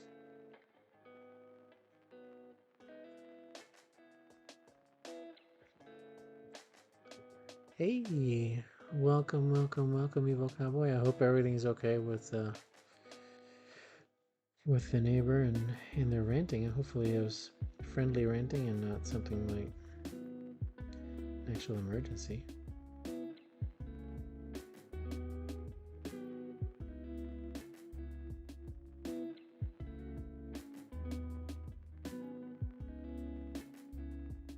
My neighbor definitely talks more to our dogs than he does us.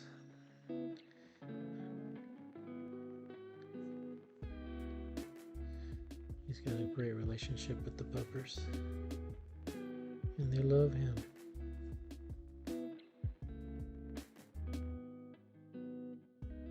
I think he gives them. So he's a fisherman in Alaska. He goes out for a couple months at a time, and he catches fresh salmon out there, and I mean delicious stuff. He's given us some of the stuff that he brings back.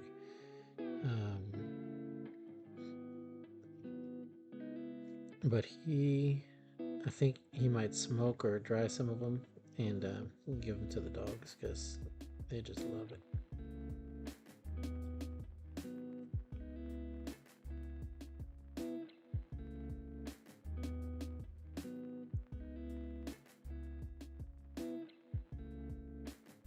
A lot of times I think they like him more than they like me.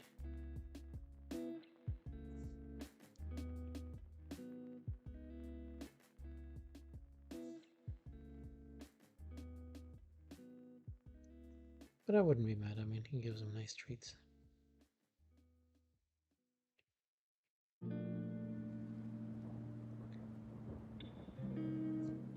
think that love would be well earned.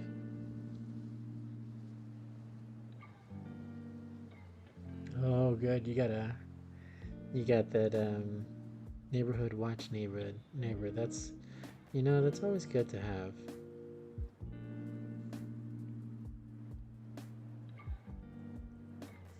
You know you're safe because that neighbor will always have her eyes open.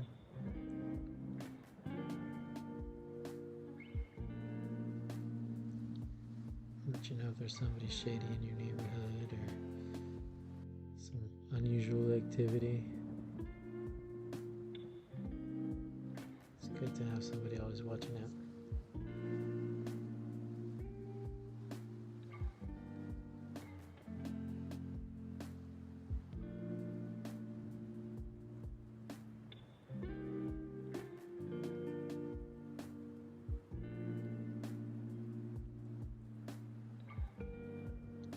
I was going to work on a commission I'm working on and just kind of maximize my time because then I'm actually working on something that I'm getting paid for. But the tricky part is the commission is like on a horizontal canvas, and I can't seem to get this iPad view to switch from this portrait view into like landscape, or to switch between landscape and portrait. So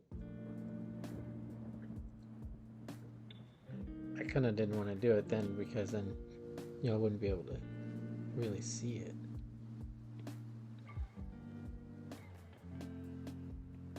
Or get like a partial view.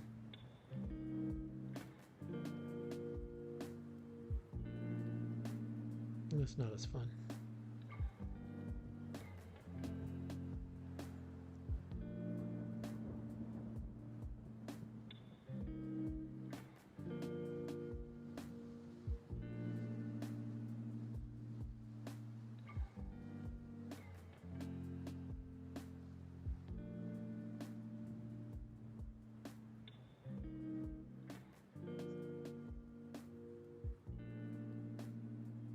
Get this base layer in here.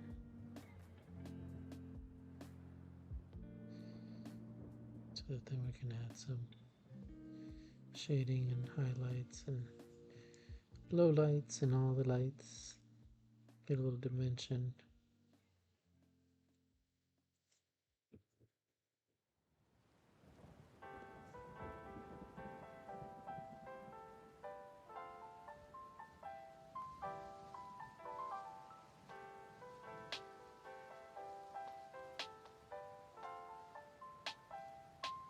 Oops, I didn't mean to make his lips brown. Sorry, Kratos.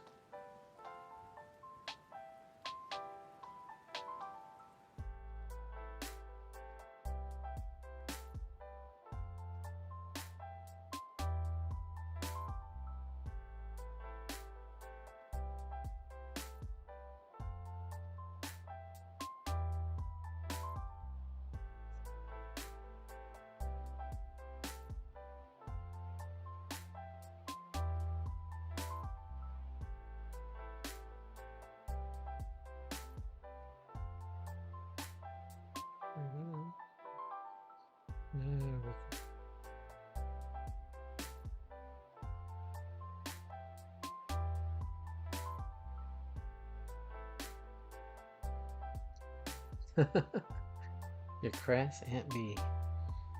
I love it.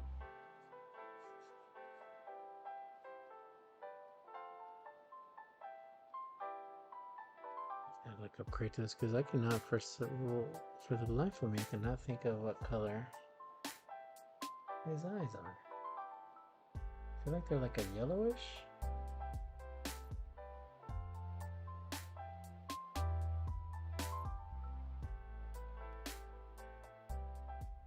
Almost like a honey color.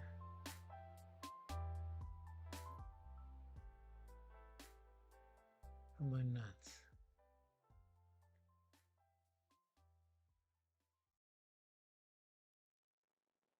Yeah, they're like a honey. Okay, good. I'm not nuts.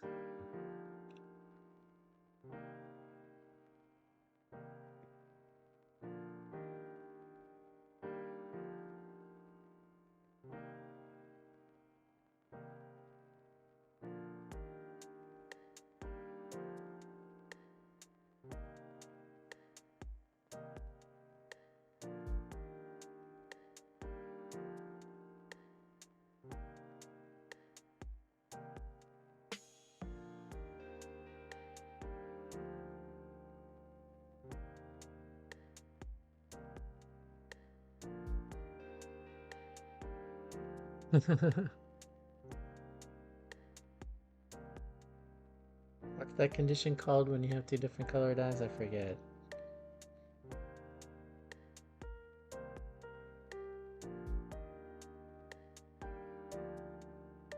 It's really cool. I like it. Like a lot of huskies will have that. It looks really cool.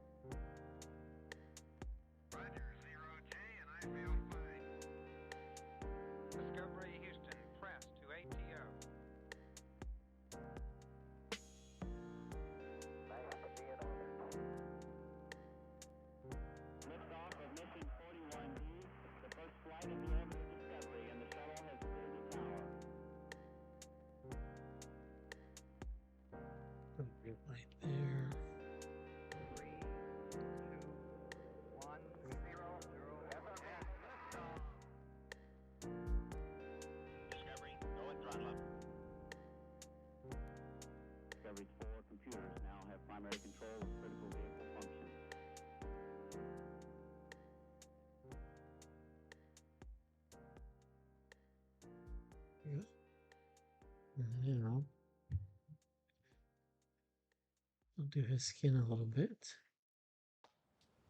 So first I want to do the highlights. So we'll get the airbrush out here.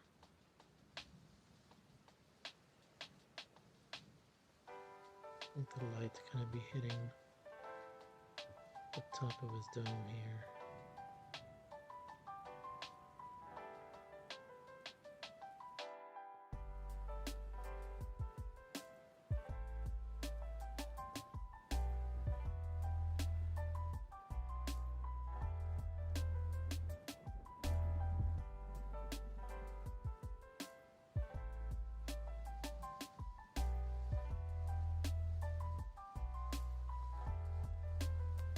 Trying to be hitting the top of his cheeks.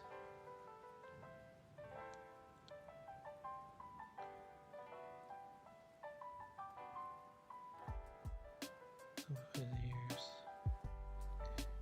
And then gonna have a little fun with a little darker contrast.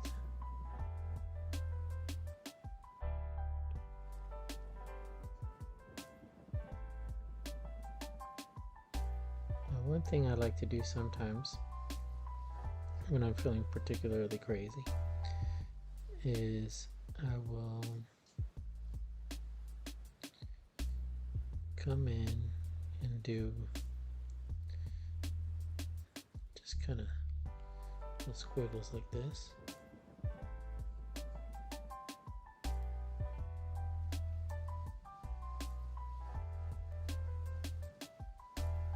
And kind of create the shadow areas with the contrast that I'm looking for.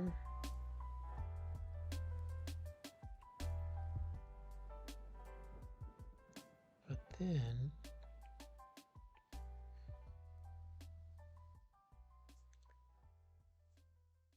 you come in with the little smudging tool and smooth it all out.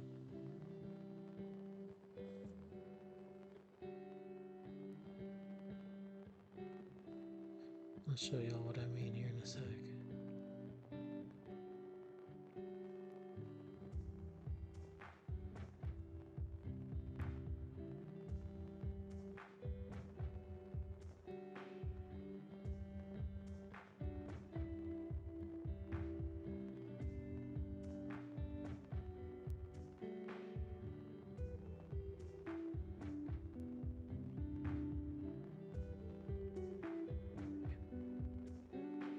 So smudging tool is this little finger up here on the top corner. I guess you can't really see it too well.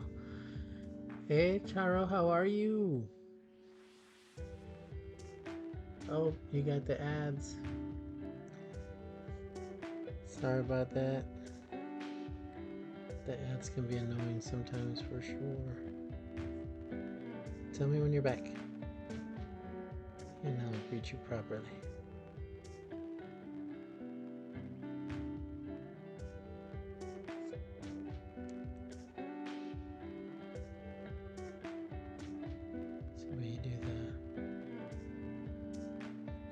Smudging with the finger. And it's just like when you're doing like if you're coloring like with coloring pencils or map colors or anything like that. You just kind of hit it with the finger to kind of smudge the colors together. Or when you're doing shading with your regular pencil and you do the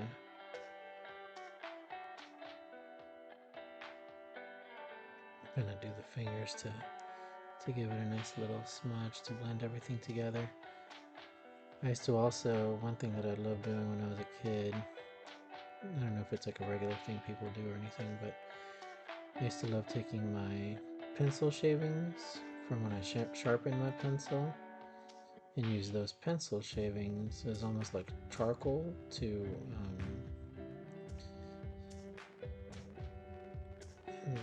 you could do some really cool like shading with that, and you know, you could ball on a budget because you didn't have to buy charcoal.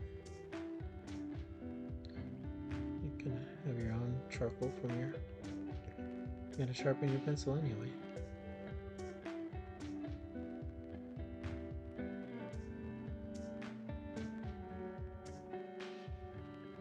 So, little DIY tip if you're doing traditional art. You can get free charcoal shading from your pencil shavings.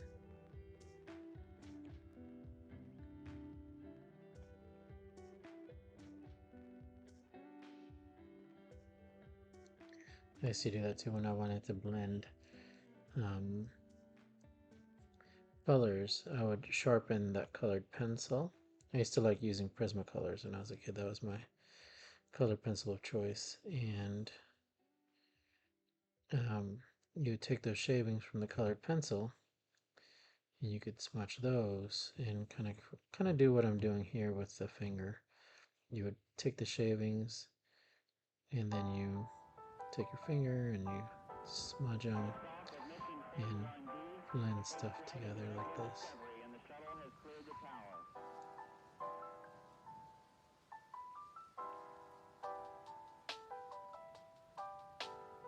Every core computers now have primary control of critical vehicle functions.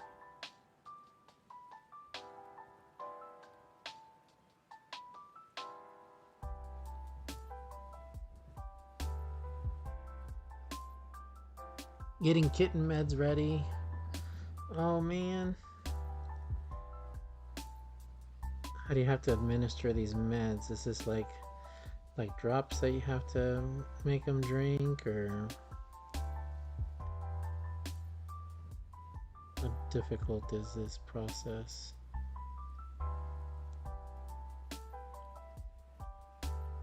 Hopefully it's not pills, because man, I'm trying to get a kitten to eat pills.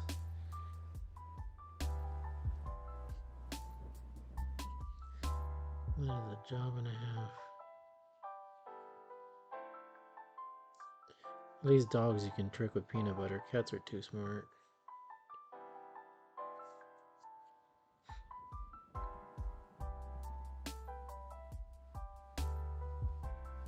If you need a little bit of blending, you can do like just lines like this.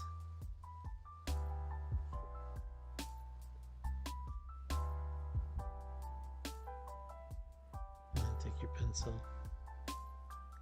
and blend it. And it gives you not quite so much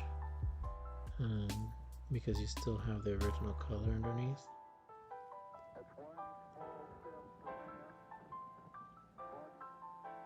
But you get the benefit of that additional color.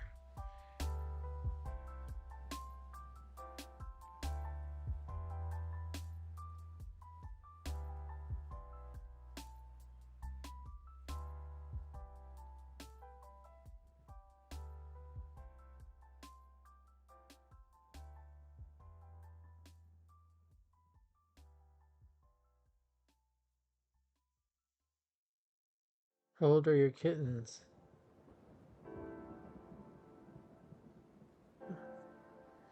Miss having a cat.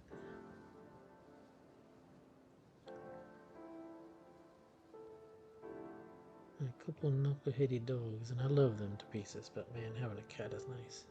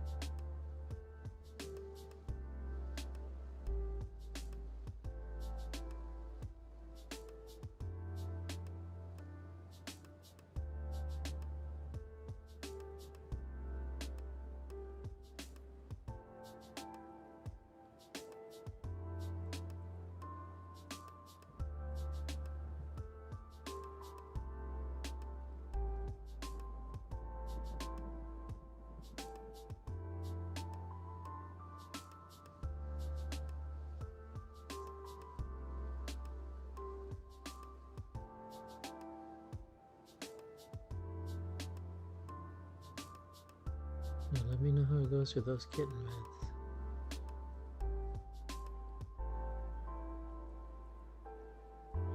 Again, I hope that they are not pills.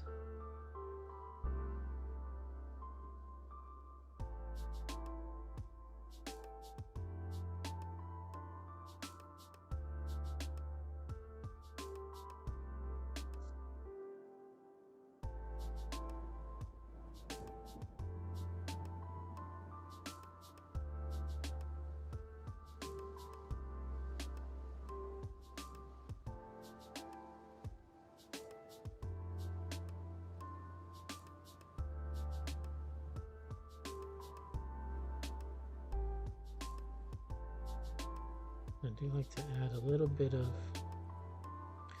more of a pink tone to the nose. So when I'm doing a little more shading like this, I like to add a little bit of that pink tone to the nose.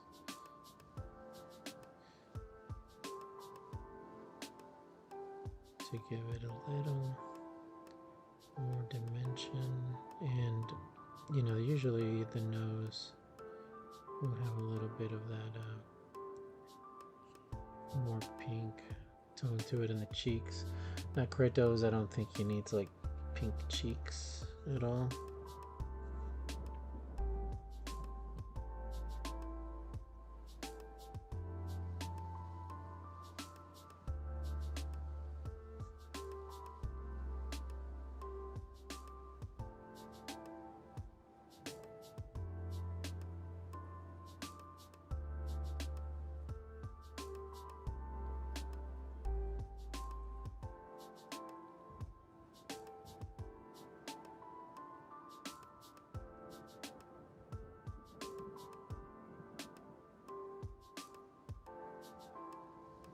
But shading is a really big key to giving your illustration depth and volume.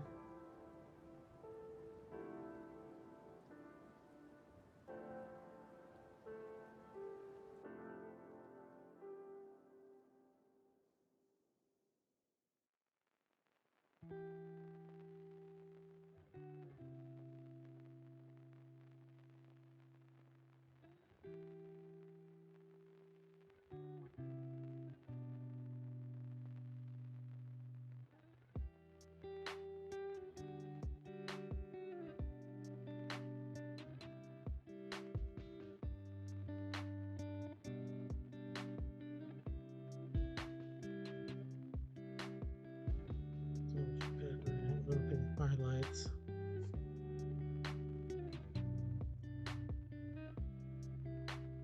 To then kind of lighten up those spots.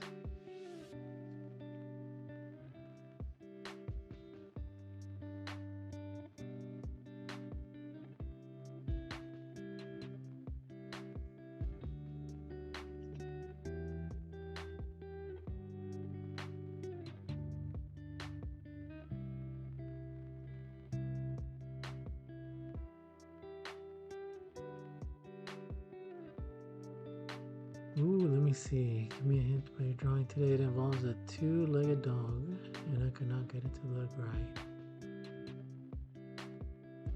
Two-legged dog. Intriguing.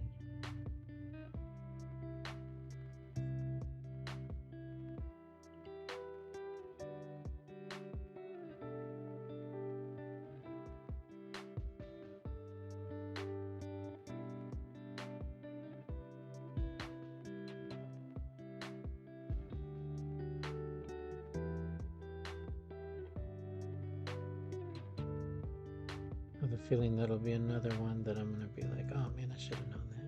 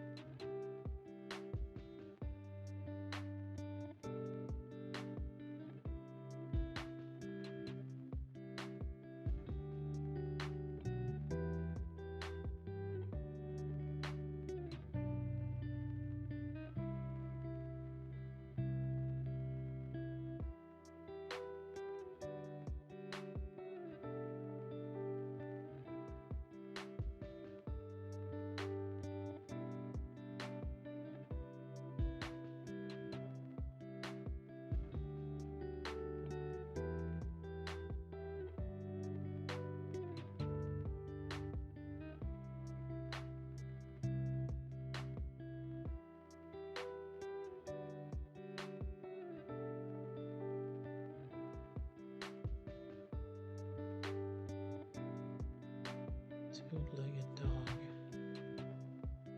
Still thinking about it.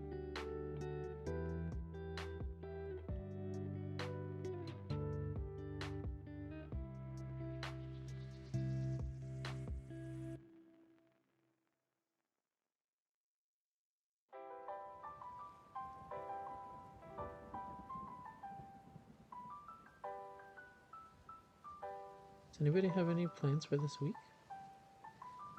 Anything out of the ordinary happening for you this week?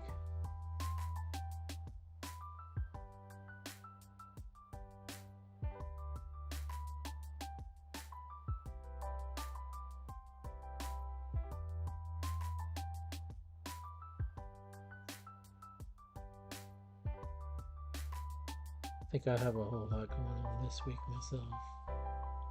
Just curious if y'all did.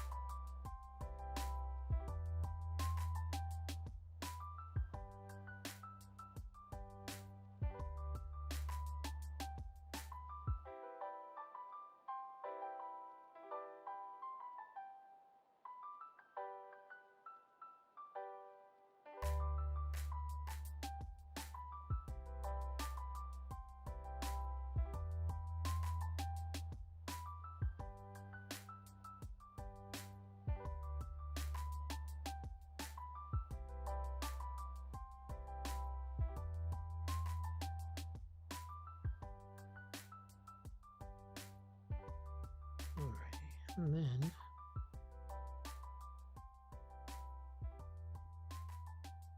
just gotta do his little scar thingy here.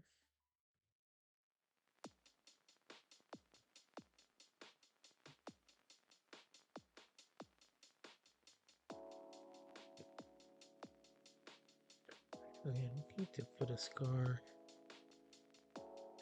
Looks like he has a scar on this eye.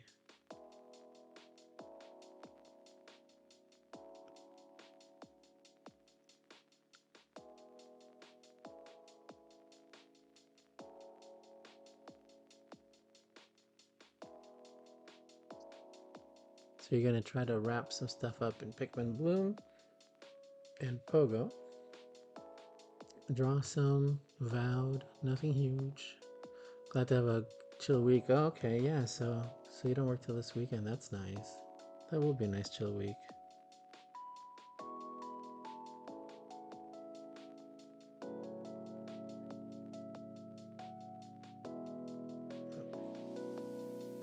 And you get the game, so that's always good.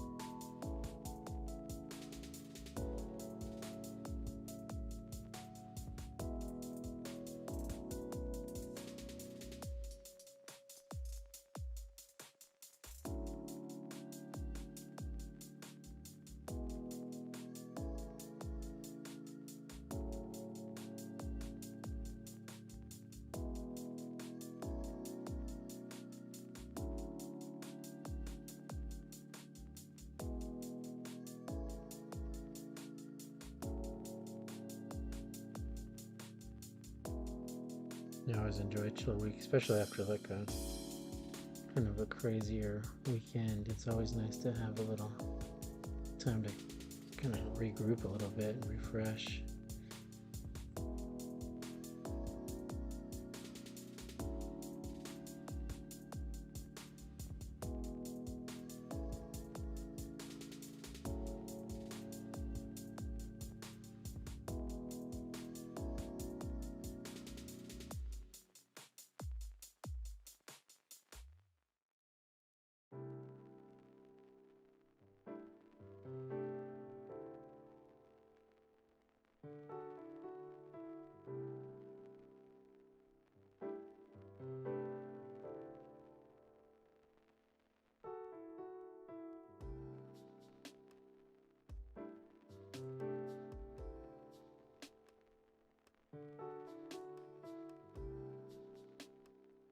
Try something here.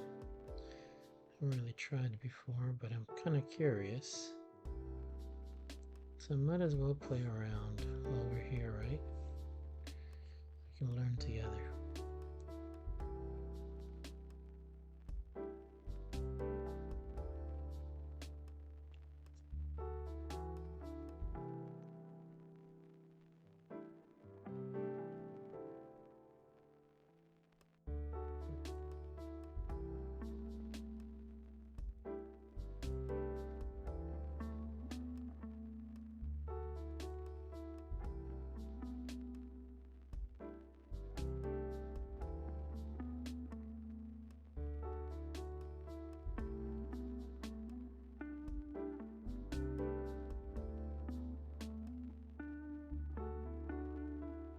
Center around with this brush. It's called Old Skin.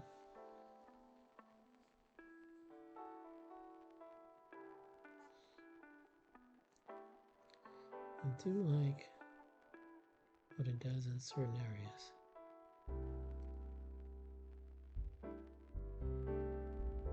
So let's play around with it.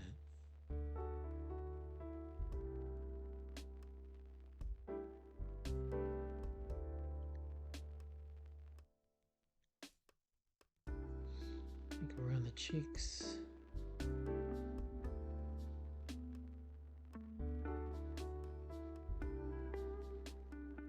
The forehead, not so much the nose area. Kind of do like that.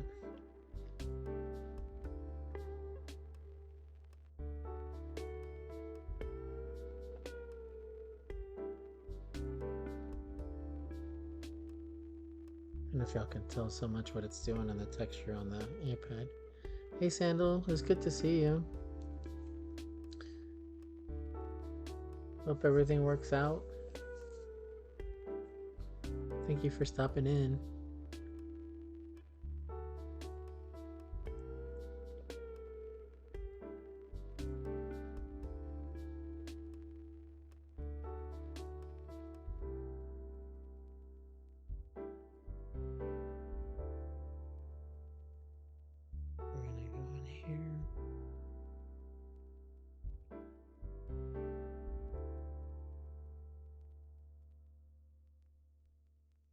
So I think some of this stuff y'all might be able to see a little bit better later when I post it, because a lot of it you can't really tell, I don't think, on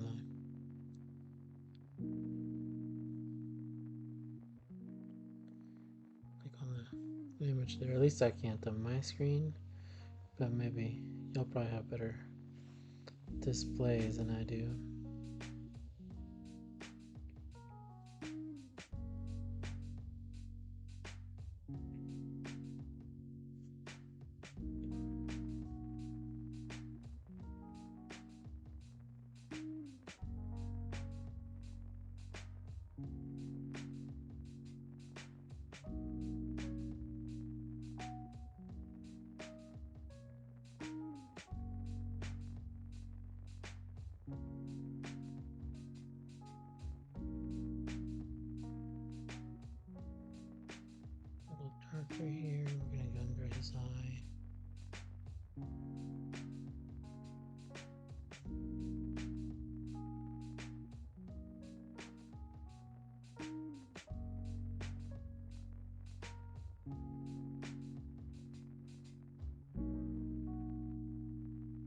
much nicer.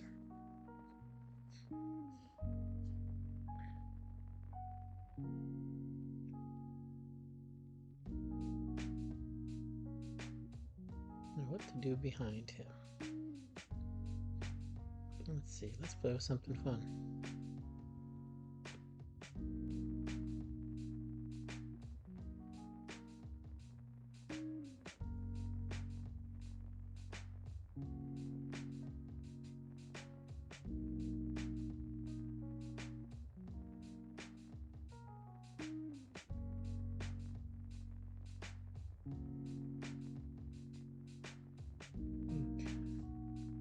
Then you have like the, let's see.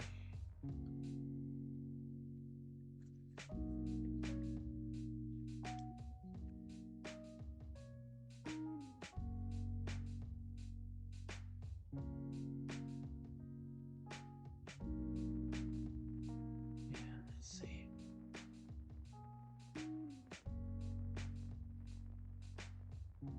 I think I need like a messy brush. That's what I want to do. Ooh, maybe an oil paint.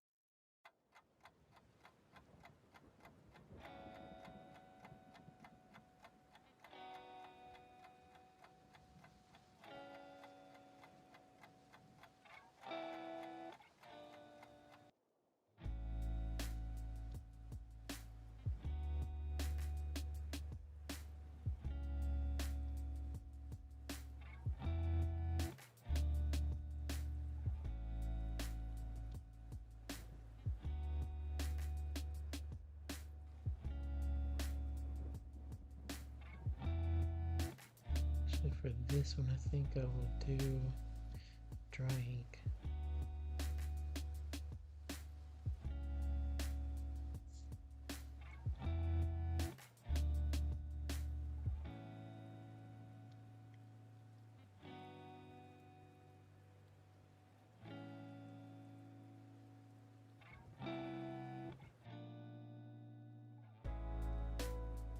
Give him his rules.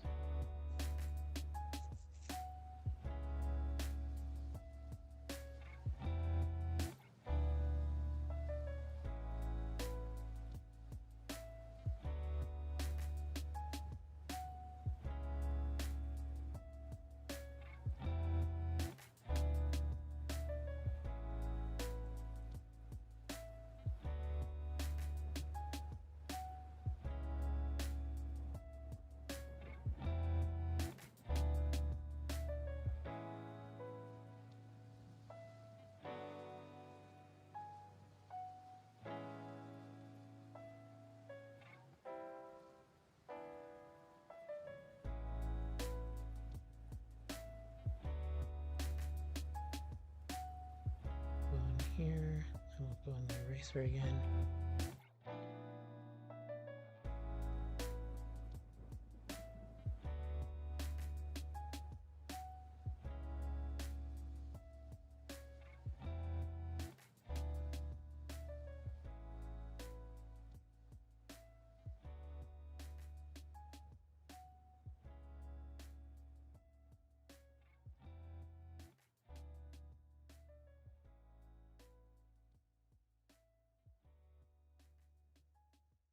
It's fun.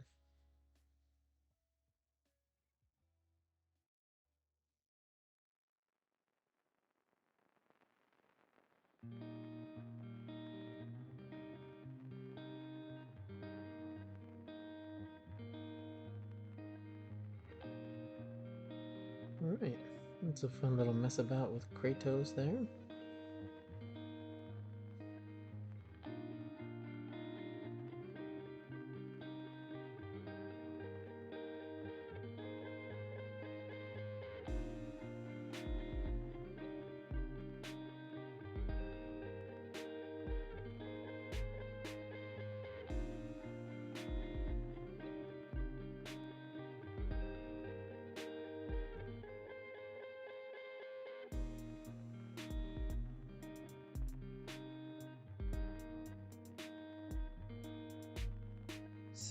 think.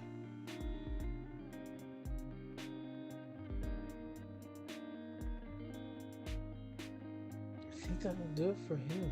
Well, maybe let's do a little. I always do this after I sign it too. I think he needs a little bit darker beard down here.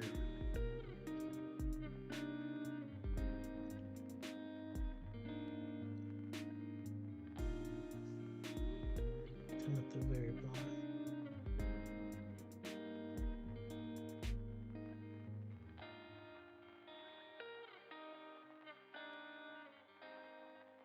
It's a little too smooth down there.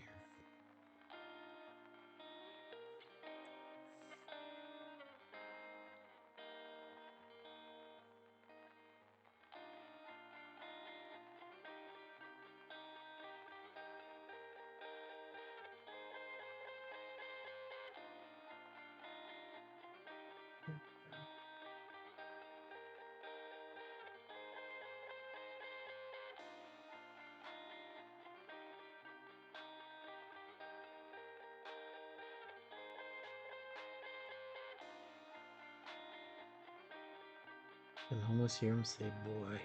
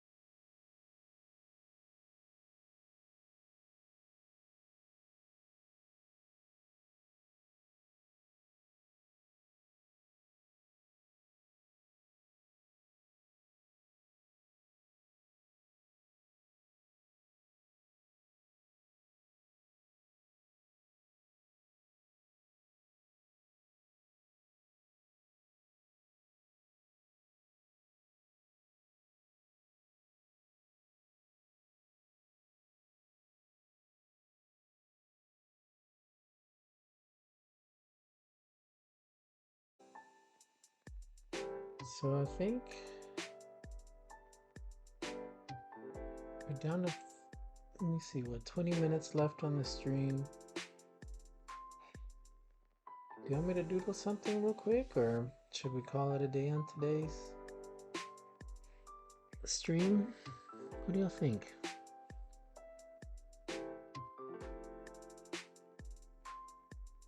Just hang out and chat. Up to you.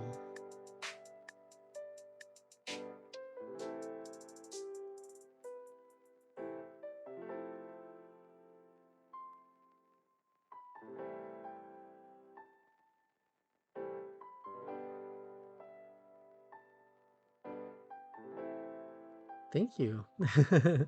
Sure, I could do a little something. What do you have in mind?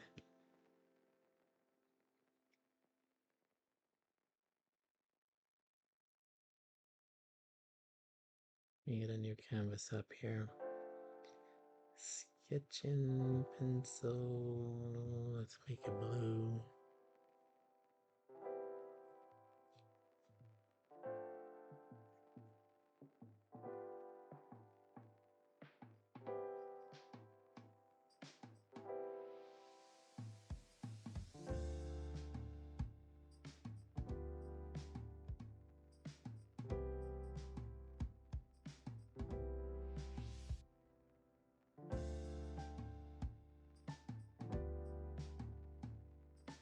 I think I could doodle. Let's do. Let me look around my room and see who gets the doodle treatment.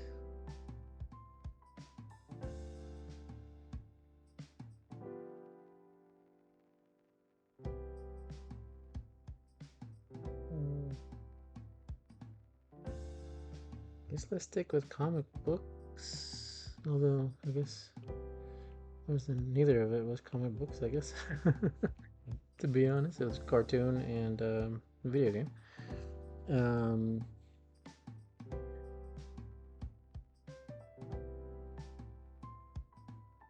Let's see. Let's do the Joker. How about it?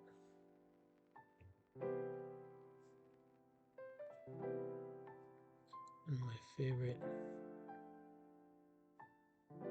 comic book villains.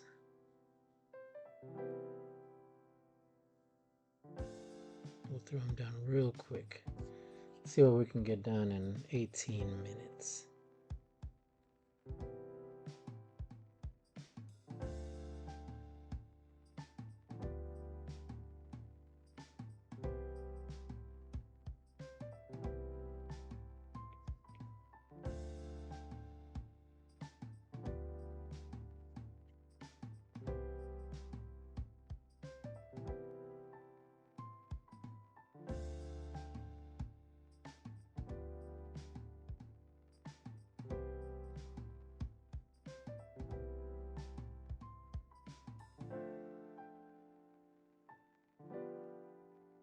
The heat is on.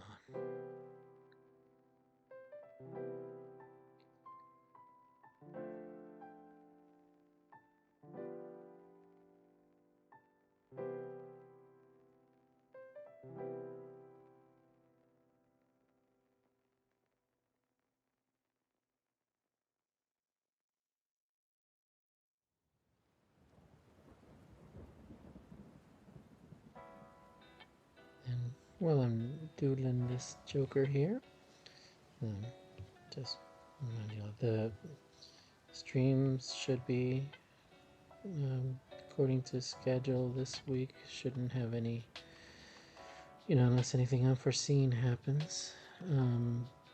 Should be, regular schedule. Wednesday, viewer requests,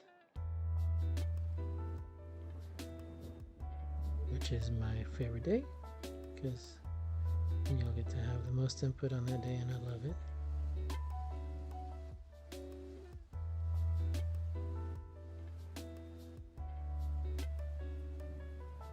And then Friday, I'm not sure what I'm gonna work on Friday. Maybe a commission, maybe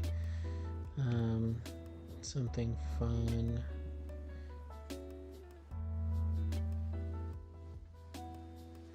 Don't have any ideas for Friday. I can't really think of anything. I was thinking since Superman just came out, maybe do a Superman drawing.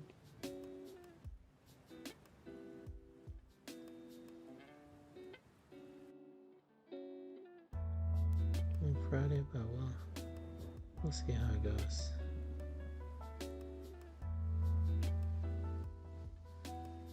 where the mood takes me.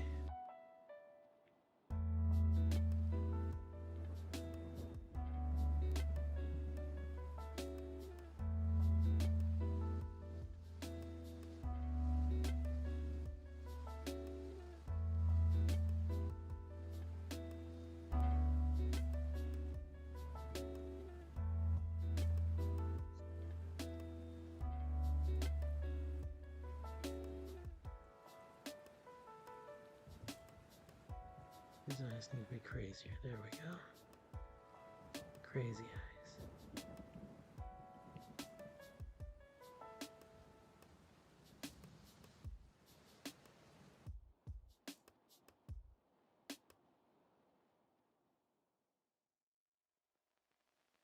Yeah, yeah, it could. Yeah, it could probably be one of get maybe use the power of the algorithm. Maybe I don't know how it works on Twitch as far as the algorithm for like if there's keywords that are triggering. You know what makes him my favorite? That is a really good question. So I think I've just always really liked, maybe, and I don't know if I'd like the Joker so much if it wasn't for the Batman. I've always really loved the juxtaposition of the Joker and the Batman, like just how he embodies just total chaos and madness, and Batman is like the opposite, right? But like not really either too, right? Like he's also nuts. Like he's putting on a bat suit, but he's just more in control of his nuttiness.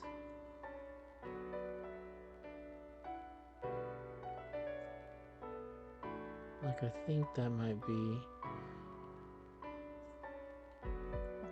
just the unpredictability of the Joker, and I've always like really liked his design. I think there's just something about his design and just how different artists have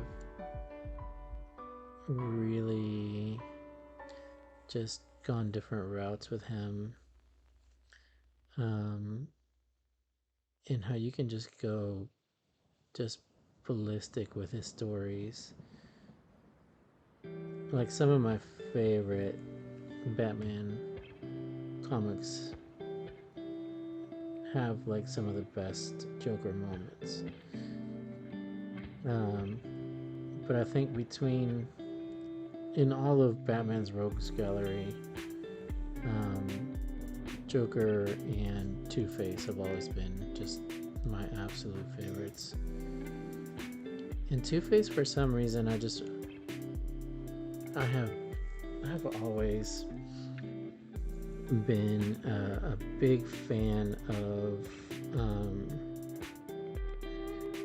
like dual design characters, right? Like in Mazinger, there was a character that was like half man, half woman, Baron Azra.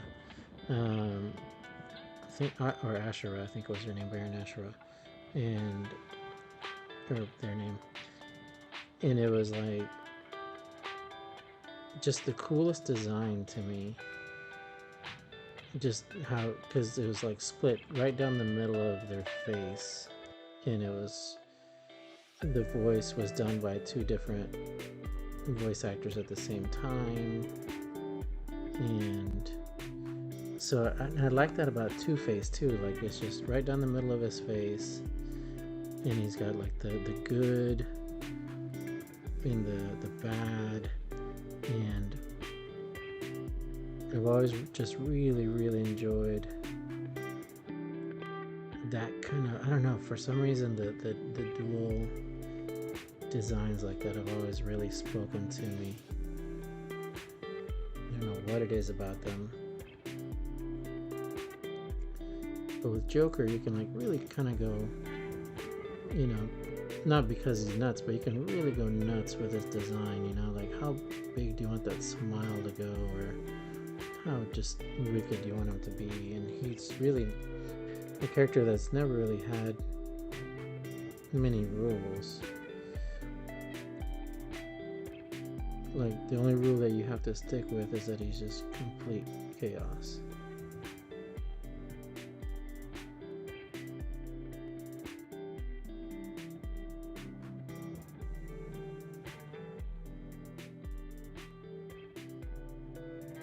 But if you want to do something like really bad to Batman, like, you know, The Killing Joke or Death in the Family, Joker is definitely the character to pull that off.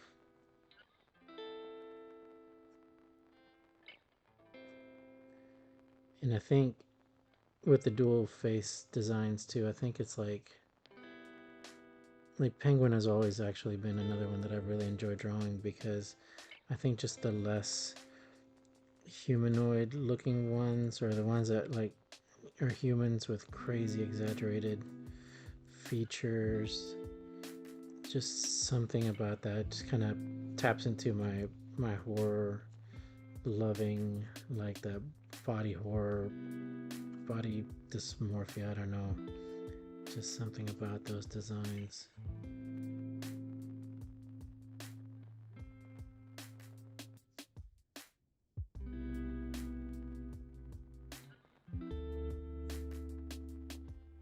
I've always been into that kind of stuff though.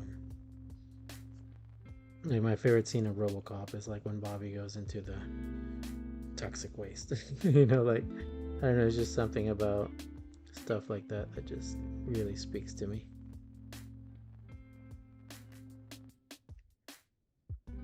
Probably my old dream of wanting to be a special effects guy, that just these kind of weirdo characters really strike me as really fun design wise. But if you haven't read, and you might have read it, but if y'all haven't read Arkham Asylum,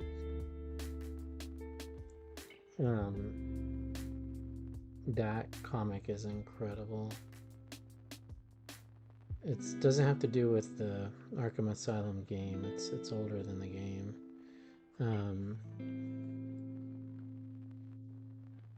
But it is awesome.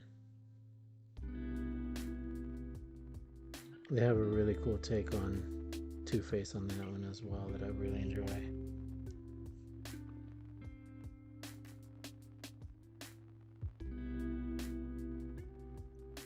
I think the other thing I like about Joker is that they've always given him like this pompadour haircut. And I appreciate that. That speaks to my soul. I've always been a big fan of a pompadour.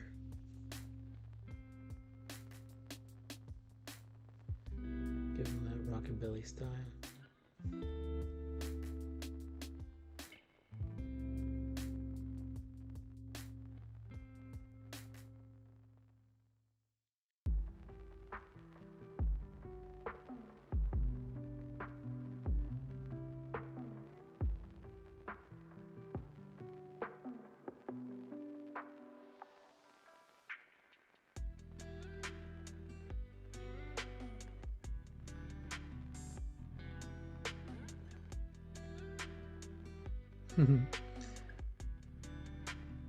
Yeah, you gotta love, and Batman really has some of the just the best villains. You have not sent me a picture of a Two-Face cosplay, and I need to have it.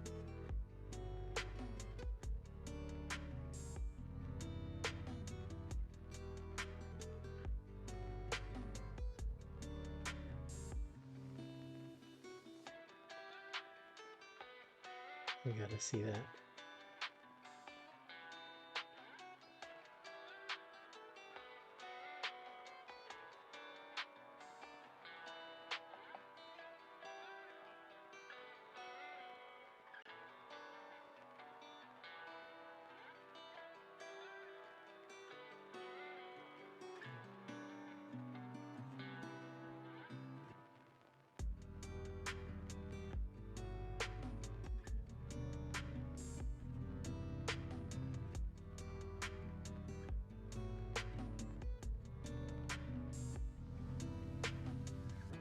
So this is like a super sloppy.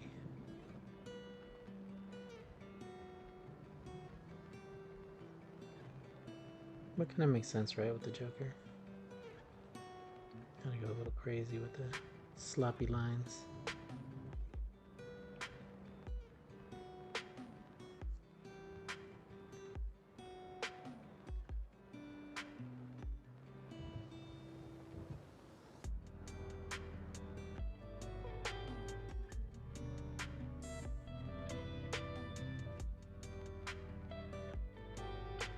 So I'm trying to see if I can get this in completed mode within the 20-minute mark.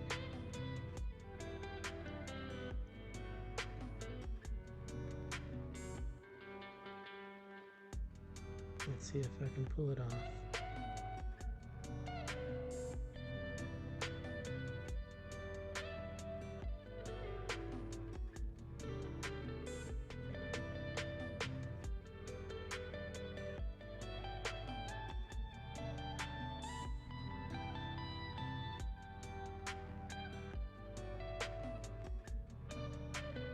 And done a speed doodle on one off.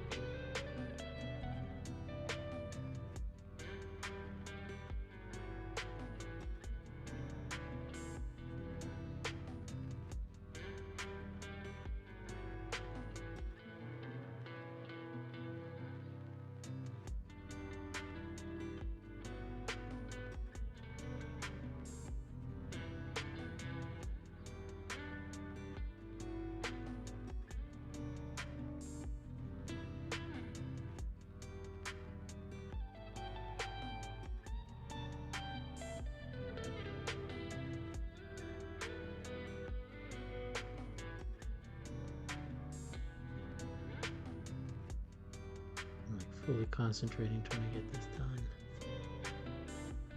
Let's see.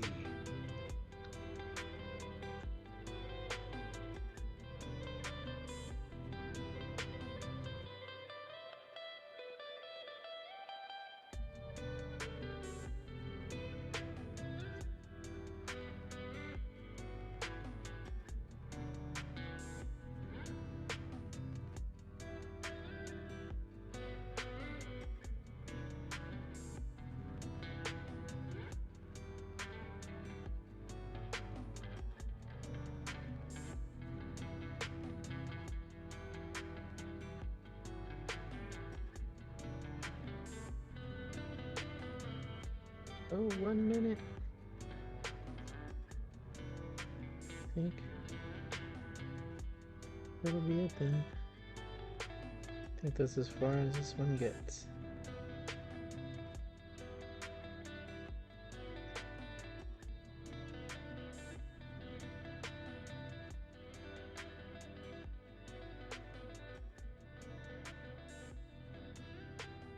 There it is, 20-minute Joker.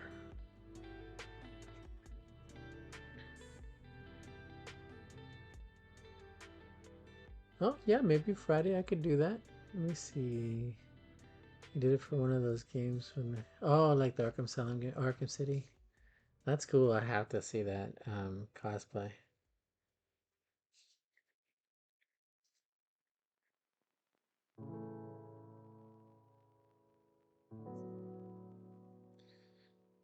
Yeah, I could maybe throw some quick colors on this bad boy on Friday. I don't see why not.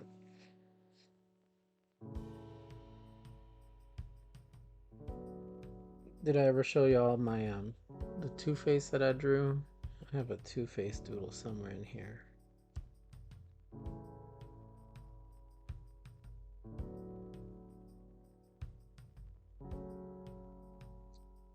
Where is he at?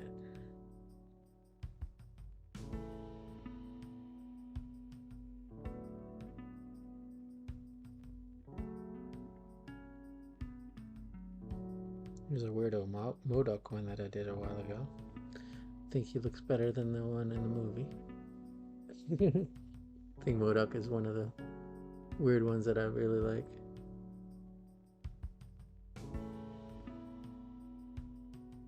And not even like the character. I know nothing of Modok the character, but I just love the design of the weirdo flying on that giant head on that little chair. Oh yeah, there's Two-Face. So there's a Two-Face I did, what, 2020, so about 5 years ago, I guess now.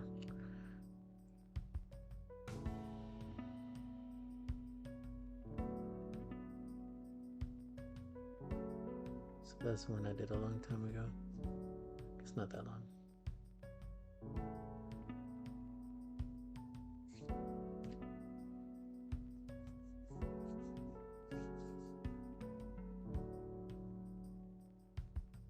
Thank you. Thank you, thank you, thank you. Yeah, I was thinking about doing some prints of that one at some point.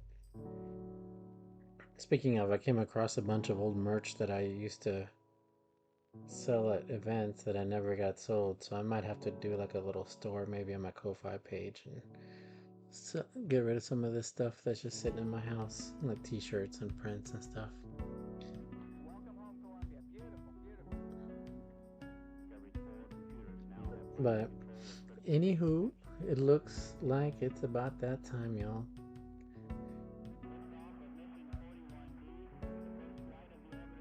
Thank you to everybody that came in today and hung out.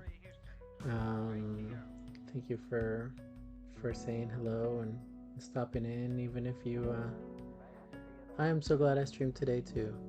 I am too. I was afraid I wasn't gonna have time. That day was getting away from me really fast.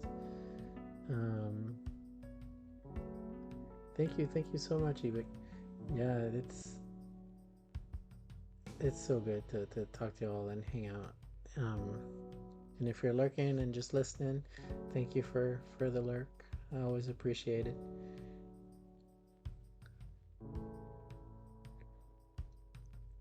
Hopefully I'll see you all on Wednesday or Friday.